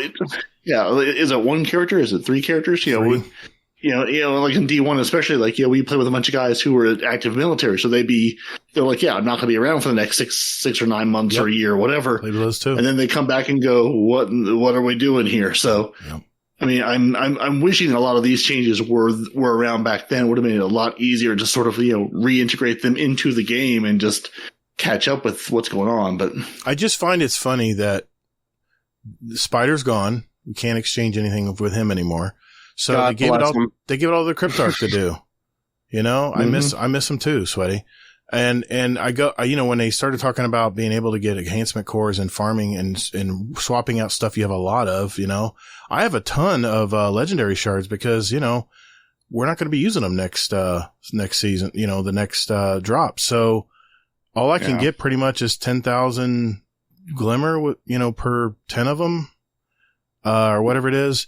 But the problem is with the Cryptarch, you can easily exchange enhancement cores to get prisms or even golf balls. You can use prisms to get you get prisms to get golf balls to get ascendant alloys, but it doesn't go the other way. I mean, you can turn in a prism that you just bought for 10 enhancement cores and you can turn it back to 5. That's a negative system. There's no way There's no way that works out. If you're low on enhancement cores, there's no way to go to Raul and say, I need more enhancement cores. He's like, I got nothing for you, buddy. Now, if you have prisms, I can give you some enhancement cores. I'm like, well, I need the prisms. I need the prisms. I need enhancement cores so I can get the prisms. You see what I'm saying? But, one other thing I failed to mention here, Sweaty, if a Destiny 3 were to come, and I think this would really fix the vault problem, because I'm looking at my vault right now. It's 600 of 600. Yeah, dude. If they either did one of two things, either let everything be craftable, personalize your weapon for how you want to play the game, just open it up to everything. Anything. You can go to the throne world and craft anything you want. Okay. If there's a grind where you have to go get so many patterns of the weapon or whatever, maybe you have to wait for it to come around with Xur or the gunsmith to do that, whatever. I've done that before. But what if, they already have this in place, is the collection system where you can go back and any of your Destiny 1 weapons you can pull right out of collections. They had fixed rolls back then, so it was real simple. But what if you could actually, for enhancement cores or prisms or golf balls or alloys, you can lock in a god roll and lock it in your collections, store it away forever. So you mean, let's say, for example, you unlocked Fatebringer. I know you're not a hand cannon guy. This is just an example, but just an example. Yep. But let's say, okay, well, I know that you don't. I know the role you want. You want opening shot, and you want either incandescent opening shot, or if it's for PvP, you want opening shot explosive rounds, or you want opening shot and. Hold on, the message is getting lost here just because of the focus on the weapon that I chose. So let's say Blast Furnace, right? Okay. You like Blast Furnace. I love Blast Furnace. So let's say as an example, you got a drop that came with Frenzy and Keep Away. Well, now you can go back into your collections and you have those 2 perks unlocked. Yep. So let's say you get another Blast Furnace. This one is One for All and Perpetual Motion. Mm-hmm. Now you have One for All, Perpetual Motion, right, and the Frenzy and Keep Away perks that you can choose from your collection. That's kind of what you're going for. Because you've earned the weapon. You've already unlocked those perks for that weapon. Why not? I mean, you can get rid of at this point, Sweaty, you can get rid of the crafting table now. You don't need it, because every time you unlock a new perk on the gun, and the more you play, the more you invest time into Destiny to get more and more gun drops, eventually you'll have everything you want and say, okay, guys, I'm using my Blast Furnace. I need Head Seeker, and I need moving target. I want to be able to strafe really fast when I'm aiming down the sight, and I want to knock heads with a Head Seeker. That's my role I want to use for PvP. And then you're like, okay, we're doing a raid tomorrow. And I'm like, okay, well, hold on. Let me go to my collections and I'll drop off Head Seeker, because I don't need that in PvE. And I'll go with Frenzy or Frenzy and Keep Away or whatever. I can switch over immediately that weapon and go play a raid the next day with the same weapon, because I've spent the time to unlock. So get rid of the patterns and just have it unlock for every time you get the gun with different drops. You can do this for Iron Banner. You can do this for Crucible. You can do it for anything. How many of those pulse rifles do you have from playing comp? Not enough. I've got 10 in my vault. All good rolls. I've probably received a lot, but I've only kept 3. I know you're a hand cannon guy. You're probably opposite of me. You have a ton of hand cannons in that vault. Hear me out now. I do have a Head Seeker Keep Away. Now, the thing that I aim for with that perk combination is Arrowhead Break. And the reason Arrowhead Break is important is because the recoil direction. Now, Belisarius D, you can get away without it. So one that I have, it's a reload masterwork, unfortunately, but Head Seeker Keep Away, Ricochet Rounds, Hammer Forged. Now that's still 100 recoil direction because it's a comp weapon. But if it were, let's say, move the conversation to the Messenger, I would need that Arrowhead Break in order to compensate for that recoil direction. And that's very important. And for those who don't understand what I mean, that are listening to this, recoil direction, specifically on a pulse rifle, which is where it's most important, it's going to affect the direction that your bullets bounce at the point of trigger pull. So as an example, let's say it landed far away from us. So with 100 being the best case scenario, 100 means it's going to shoot straight up and down, and the bullet spread is going to be absolute minimal, very tight together.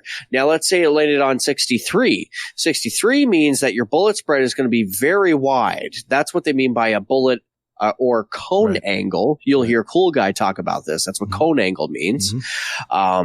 So 60 to 70 to 80 to 90 is getting tighter and tighter and tighter. But the further you go from 100, the wider that cone angle gets. Whenever you land on something that's not a 5 or a flat 90, 80, 70, it's not going to be up and down, and it's going to shoot to a random direction. Right. So what Arrowhead Brake does is it gives you a benefit of plus 15 to recoil direction, if I'm not mistaken, which is just free bonuses. Not only that, but it increases your handling. It's a mechanic that really controls the aggressive recoilness of a weapon. So Parody, if you're playing Gambit and your particular role is Invader, you have a pulse rifle. What's your preferred weapon? It all depends. Usually 600 RPM auto, but let's go with the Bygones from the long sunset Bygones pulse rifle. I still have one. That's getting on sunset. I hung on to for a long time. That was the weapon I used because I liked the feel of it. There was something about it. Fantastic weapon. Something about the recoil pattern really clicked in my brain. It's a perfect example because the base recoil direction, we know that 100 is the best. 69 is the base recoil direction of that weapon. So let's just throw for your mag ricochet rounds on that. Let's throw head seeker on that. That's still not going to move your recoil direction, but then from 69, let's put on Arrowhead Brake. That's going to bring it to 99. Pretty much straight up and down. Close enough to 100. Exactly. Yep. Now it's a bullet. Now it's a dart. See here, but here's my point though, Sweaty. Thank you for this. Sorry, I got it. No. I know that's the PvP person. I know you're very good Tune about into that. the Blueberry Lounge if you I'm want a nerd. more Exactly. of that. As you break into why do I want these things? Do I not just look at dim and say yes or no? Yeah, exactly.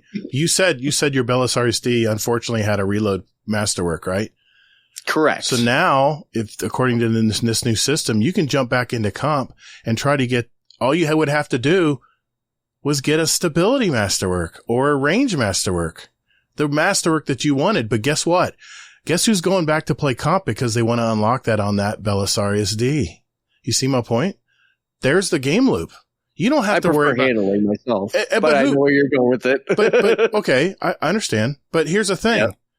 Why are we chasing these deep sight weapons that you can convert and get the, what is it? The frames. The frames. Is it frames? Frames or?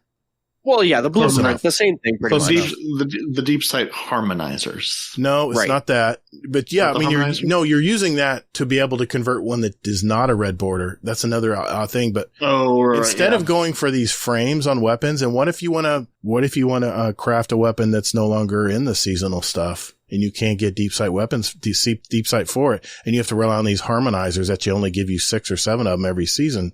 Why not just have it where you unlock that and you can pull it out of collections at any time on however many of them you get to drop at whatever. And every time it drops, I mean, you basically are putting the craftability of the gun in the collections tab.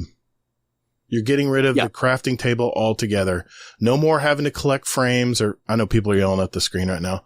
It's not frames, whatever it's called. I don't have my game open, so I can't remember. But if you only had to just keep farming the weapon to get the perks unlocked that you want. Man, think of all the hundreds of weapons in this game. You've just created a play loop right there just by doing that one change to the game. If Destiny 3 came with that kind of system in place, oh man, it's a Call of Duty all over again. It's Call of Duty all over again.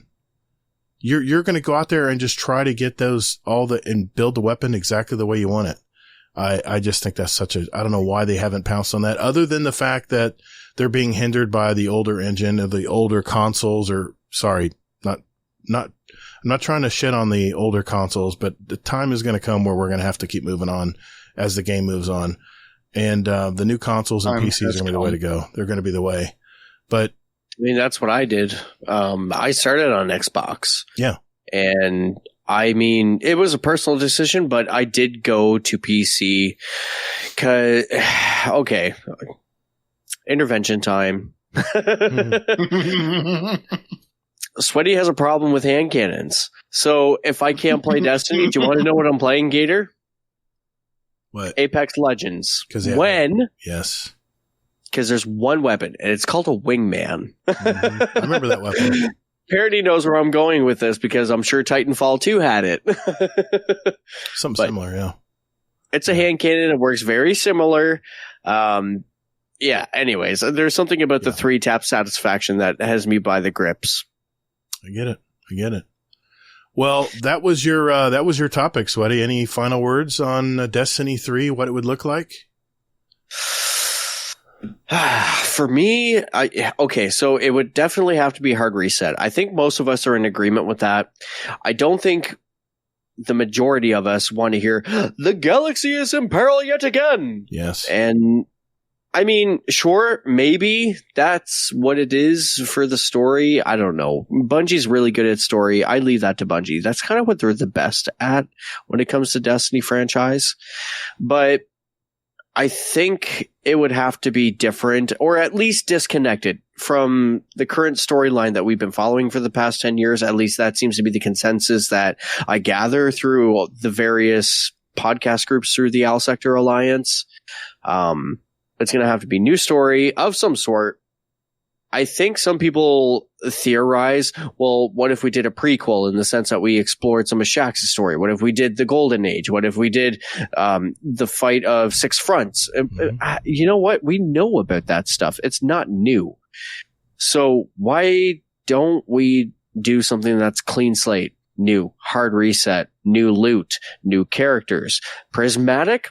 Sure. I like the idea, but why don't we open it up for self-identity, self-creation in terms of, hey, I went through this story, so I have the Void track unlocked. Hey, I went through that story, so I have the Stasis arc unlocked. But I can mix and match them.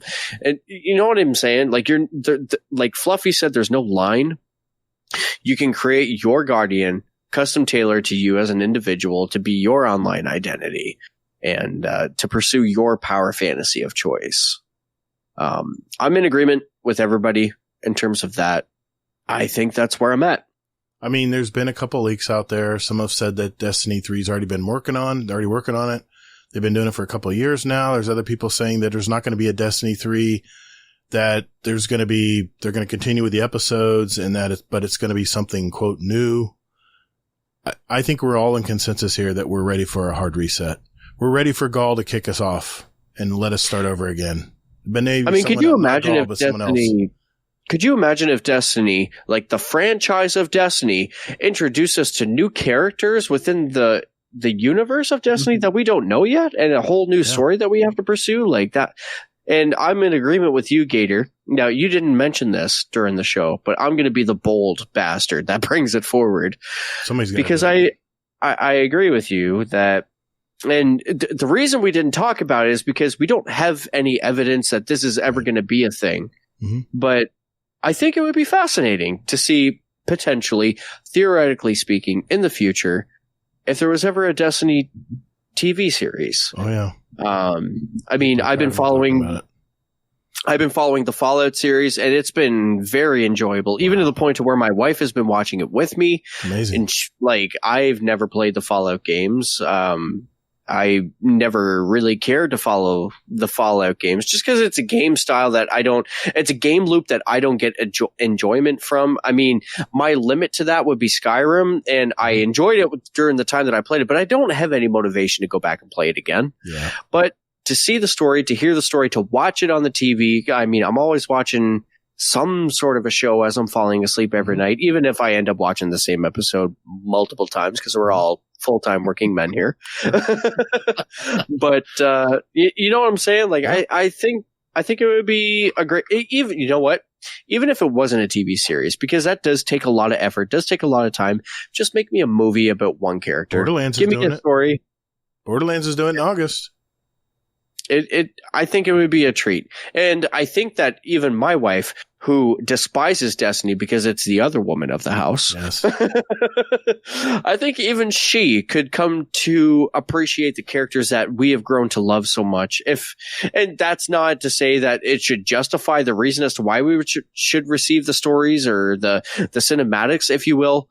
I know that my wife certainly doesn't have any motivation to go to YouTube and watch the in-game cinematics that we've been gifted by Bungie with. Yeah. But if you were to give her a TV series, thrown on Amazon Prime, thrown on Netflix, what have you, I can almost guarantee that she will watch it, and she would definitely enjoy the character development that Bungie has invested in over the years. If it's done right and Sony's behind it, I mean, Sony makes a lot of good stuff. If Sony's behind it and they do it right and they spend the money they need to, it can be the biggest silver bullet for Sony going forward, especially if it came out right as a Destiny 3 was launched, which I have to say, Bethesda dropped the ball on this. I mean, my God, they didn't have anything planned. It's like they got caught by surprise here. And I talked about this on last show. I won't go down that road again, but man, what a missed opportunity. You imagine if they had even just an expansion for Fallout 4 or New Vegas, I don't know. But they put out a really buggy patch, as is the Bethesda way. Yeah. That's a feature from what I hear, but that's a feature of Bethesda is the bugginess. So. Yeah. Yeah. I drive by them and wave at the power armor periodically. I'm like, yeah, you guys make really good games until you don't. But, well, yeah. And don't get me wrong. Starfield. I love Starfield. It was a fun game, but, it wasn't Destiny. And I know that you feel very passionate when it comes to the realm and the topic of cinematics. And I'm not the person that, I'm going to share this with you, Gator and Parody, but I think they're overdoing the live action themes of things. I think it's just getting a little much right now, and it's devaluing from the experiences that we've been giving that are bangers, but that's the reason why they're doing it. Yeah. I don't know. I'm not 100% sure where I'm going with this, but I guess what I'm saying is that, I don't want to overdo it, but I do think that the story of Destiny would be nice to have, even if it was CGI made. CGI may not be the right terminology, but I've always thought that the cinematics that are provided to us in the games, you could easily make a wonderful TV show, wonderful movie, just using that same technology, but they don't do it. I don't know. I guess what I'm just saying is I'd like to see the cinematics of that story played out. I watched Arcane for the first time. Never played the game in my life, and I immediately picked up the game and started playing it just from watching that anime.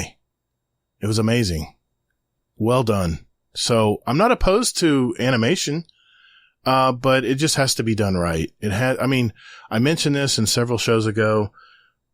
Destiny has so much lore in this game, and that's something I really hope they put into a Destiny 3 is that the lore surfaces more into the campaigns, because you can have someone who doesn't follow any lore that's playing a totally different campaign, a totally different Destiny game than the people who do love the lore and take the time to read about it and play the same mission, but know all the backgrounds of everything going on in the mission. Totally different game. If they were to make a TV show, anime, movie, whatever, take a pick at whatever they wanted to in the lore community and have something. It almost writes itself. It's so deep. The stories are so deep in this game. We'll have to see. We'll have to see how that goes. Only time will tell. And I like to give Bungie the benefit of the doubt, which is probably always my downfall. That's why I'm the Destiny shill, because I always think Bungie can do no wrong, when probably in reality, they're just reacting like every company out there does. When it comes to entertainment, it's a moving target, and what could be hot one month may not be hot the next month. So I don't envy their job, but I just love what they make.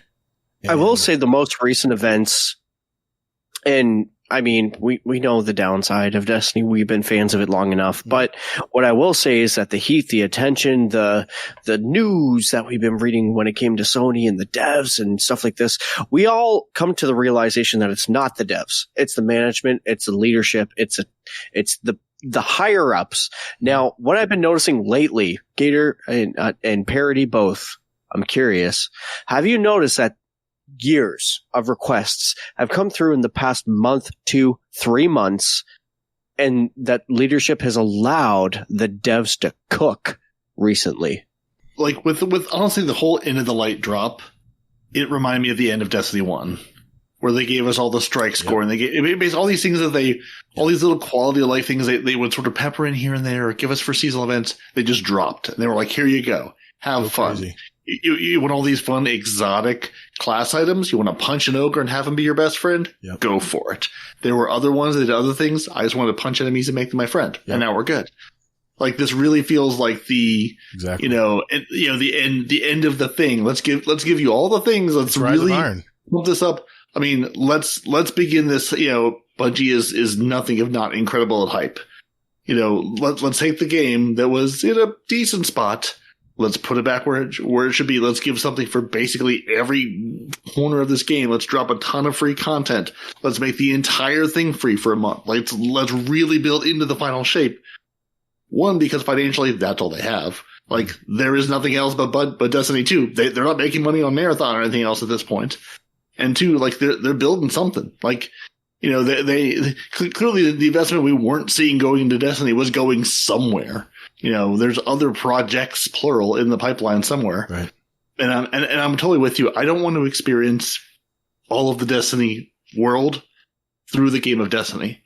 Give me an animated TV show. Give me a live action TV show. Give me a comic book. Give me something. Like, there are so many stories that I would like to hear about that I don't want to experience as a 2-minute cutscene in a video game.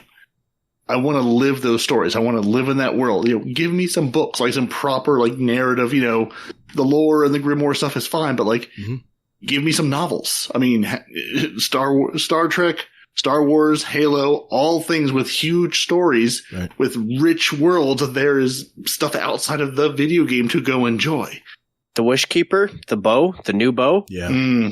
Man, that activity and the scene at the end of it, like, it really got me. And I was like, this is what I would like to see in a show. Yep. Like, the depth and the detail and the gut wrenching, like, your heart's involved because you can relate on some level. Like, I see where you're going with it. Would you agree that with all the lore in Destiny, they probably have 10 full seasons, 10 full seasons of lore? Easy.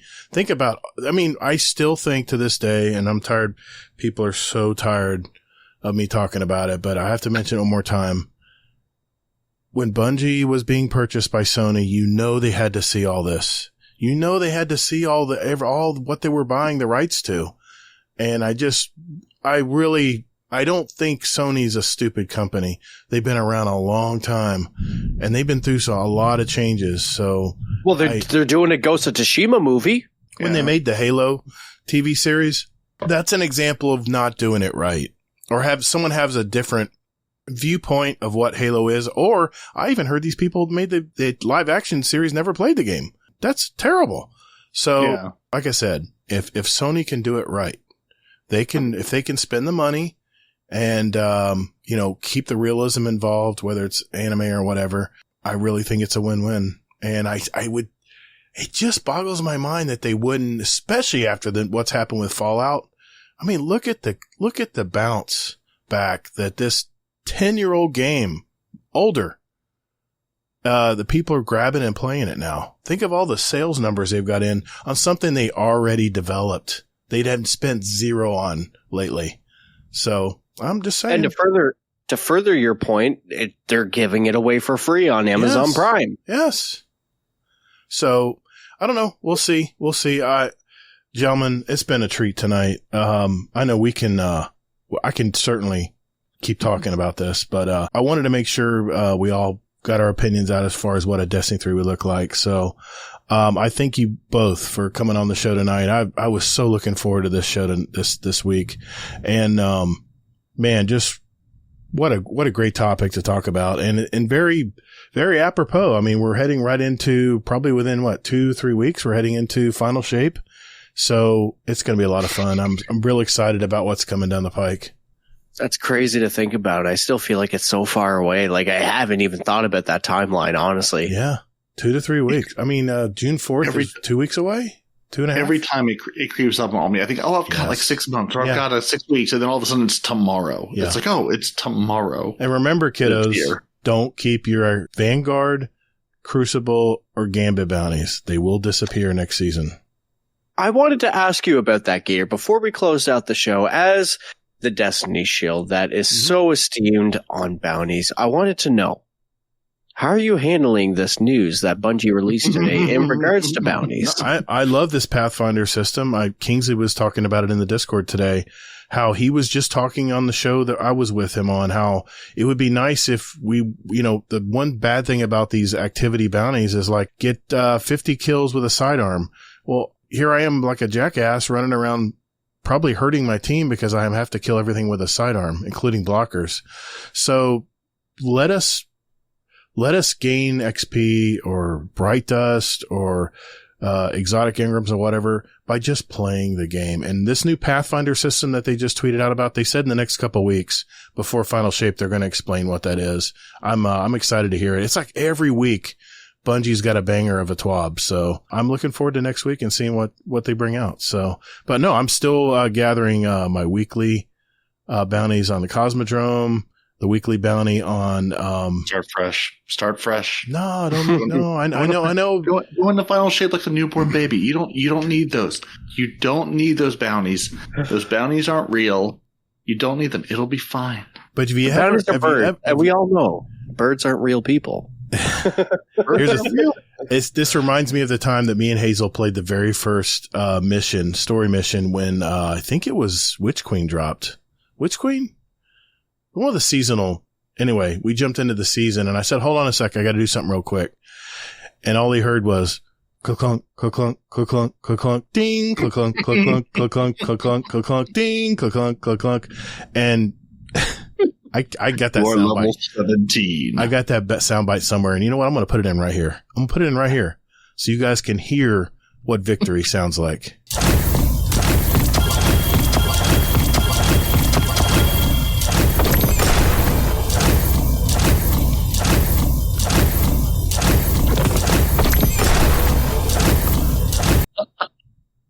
Or hear me out. You're going to get to level 350 on the season anyway.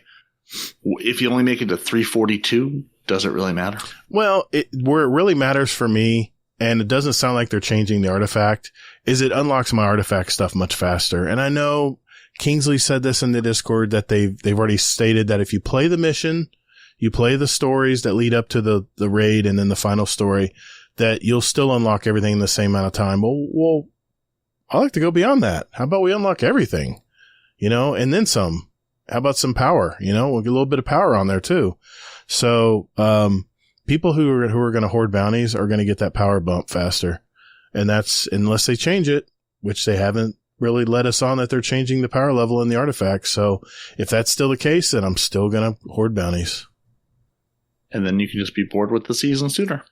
Congratulations. You know what's funny is this has been a very long season, and for some reason I pace myself very well where I don't have any FOMO. The first season ever, don't have any FOMO, and maybe Into the Light I have a little bit on some of my old characters, but for the most part I don't have the FOMO. I can play when I want to play.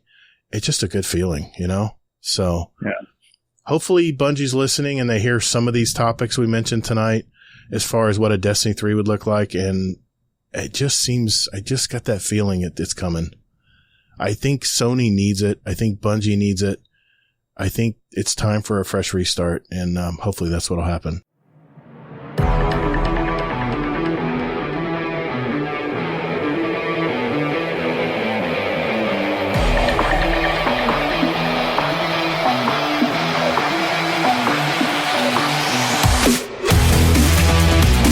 Hello, Scumdeath here, your favourite uncle, and you are listening to the most heavy metal Destiny podcast on Earth, Guardian Downcast. Guardian Downcast! Yow! Well, I wanted to thank everyone for listening to our Destiny-themed roundtable tonight. Speaking of this last topic we have, I'm going to open this up to the community. What would you want to see or not see in a new Destiny 3? And here's what we're going to do. On episode 254, during our live megacast episode, I didn't know if you knew that, but we have a live episode with multiple podcasts in the Owl Sector Alliance are all going to be participating. I'm going to draw a single name, and this person will win a complete version of Final Shape, including all the episodes for the year. This is thanks to our amazing Patreon community. So if you want to participate, enter your answers in the question of the month channel of our Discord, and someone will be getting the Final Shape expansion. You can also gift it to someone else if you already pre-ordered it. You can gift it to a friend that maybe couldn't afford it or maybe is sitting on the fence. It's your choice. You win it. You do what you will with it. You can also leave us a voicemail with your answer, and we might play it on the show live. It's guardiandowncast.com and hit the leave a voicemail button. I want to give a shout out to all our Tip Jar, Gatorade, and Fist Bump patrons who have made this giveaway possible for us tonight. A shout out to our Dungeon Champion patrons. That would be Deadpool 1 Merc, Wicked Trinity, Smiter, Raph, and Technical. A shout out to our Day 1 Raid Boss patrons. That's Frostbite and Jealous. Our Raid Boss patrons, Amazing Taco King, Nico, aka Jersey, TL Tim. Sorry, lads. I got to give him a break. Those invoices are adding up. And Mr. Sith Daddy Fresh. I just released an audio Patreon episode with conversations from my past guests, but before and after the actual show was recorded, you can get a taste of the behind the scenes conversations that happen. And you can also listen to a sample for free. Just go to guardiandowncast.com and hit that Patreon button. So that's a wrap. I'd like to thank Sweaty Spooks, Parody, and Fluffy Fingers MD for bringing some great topics of discussion today. All of their contact information will be in the show notes down below if you'd like to follow these fine people.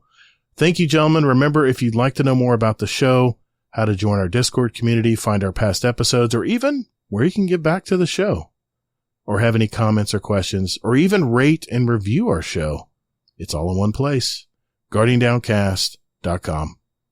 I'm Todd the Gator. That's 2 Ds and GATR. You can follow my YouTube channel, X. See me in game the very same way. I have another podcast, the Destiny Help Desk, where I dig deep into a singular topic in Destiny 2 that has that teaching mindset and can help all types of Guardians in the game. And I usually invite some friends to help me out as well. Remember, we're Guardian Downcast, your stories, your community, your destiny.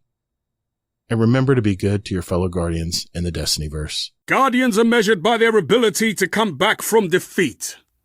So stand. Fight! Thank you all so much for listening. And later, Guardian.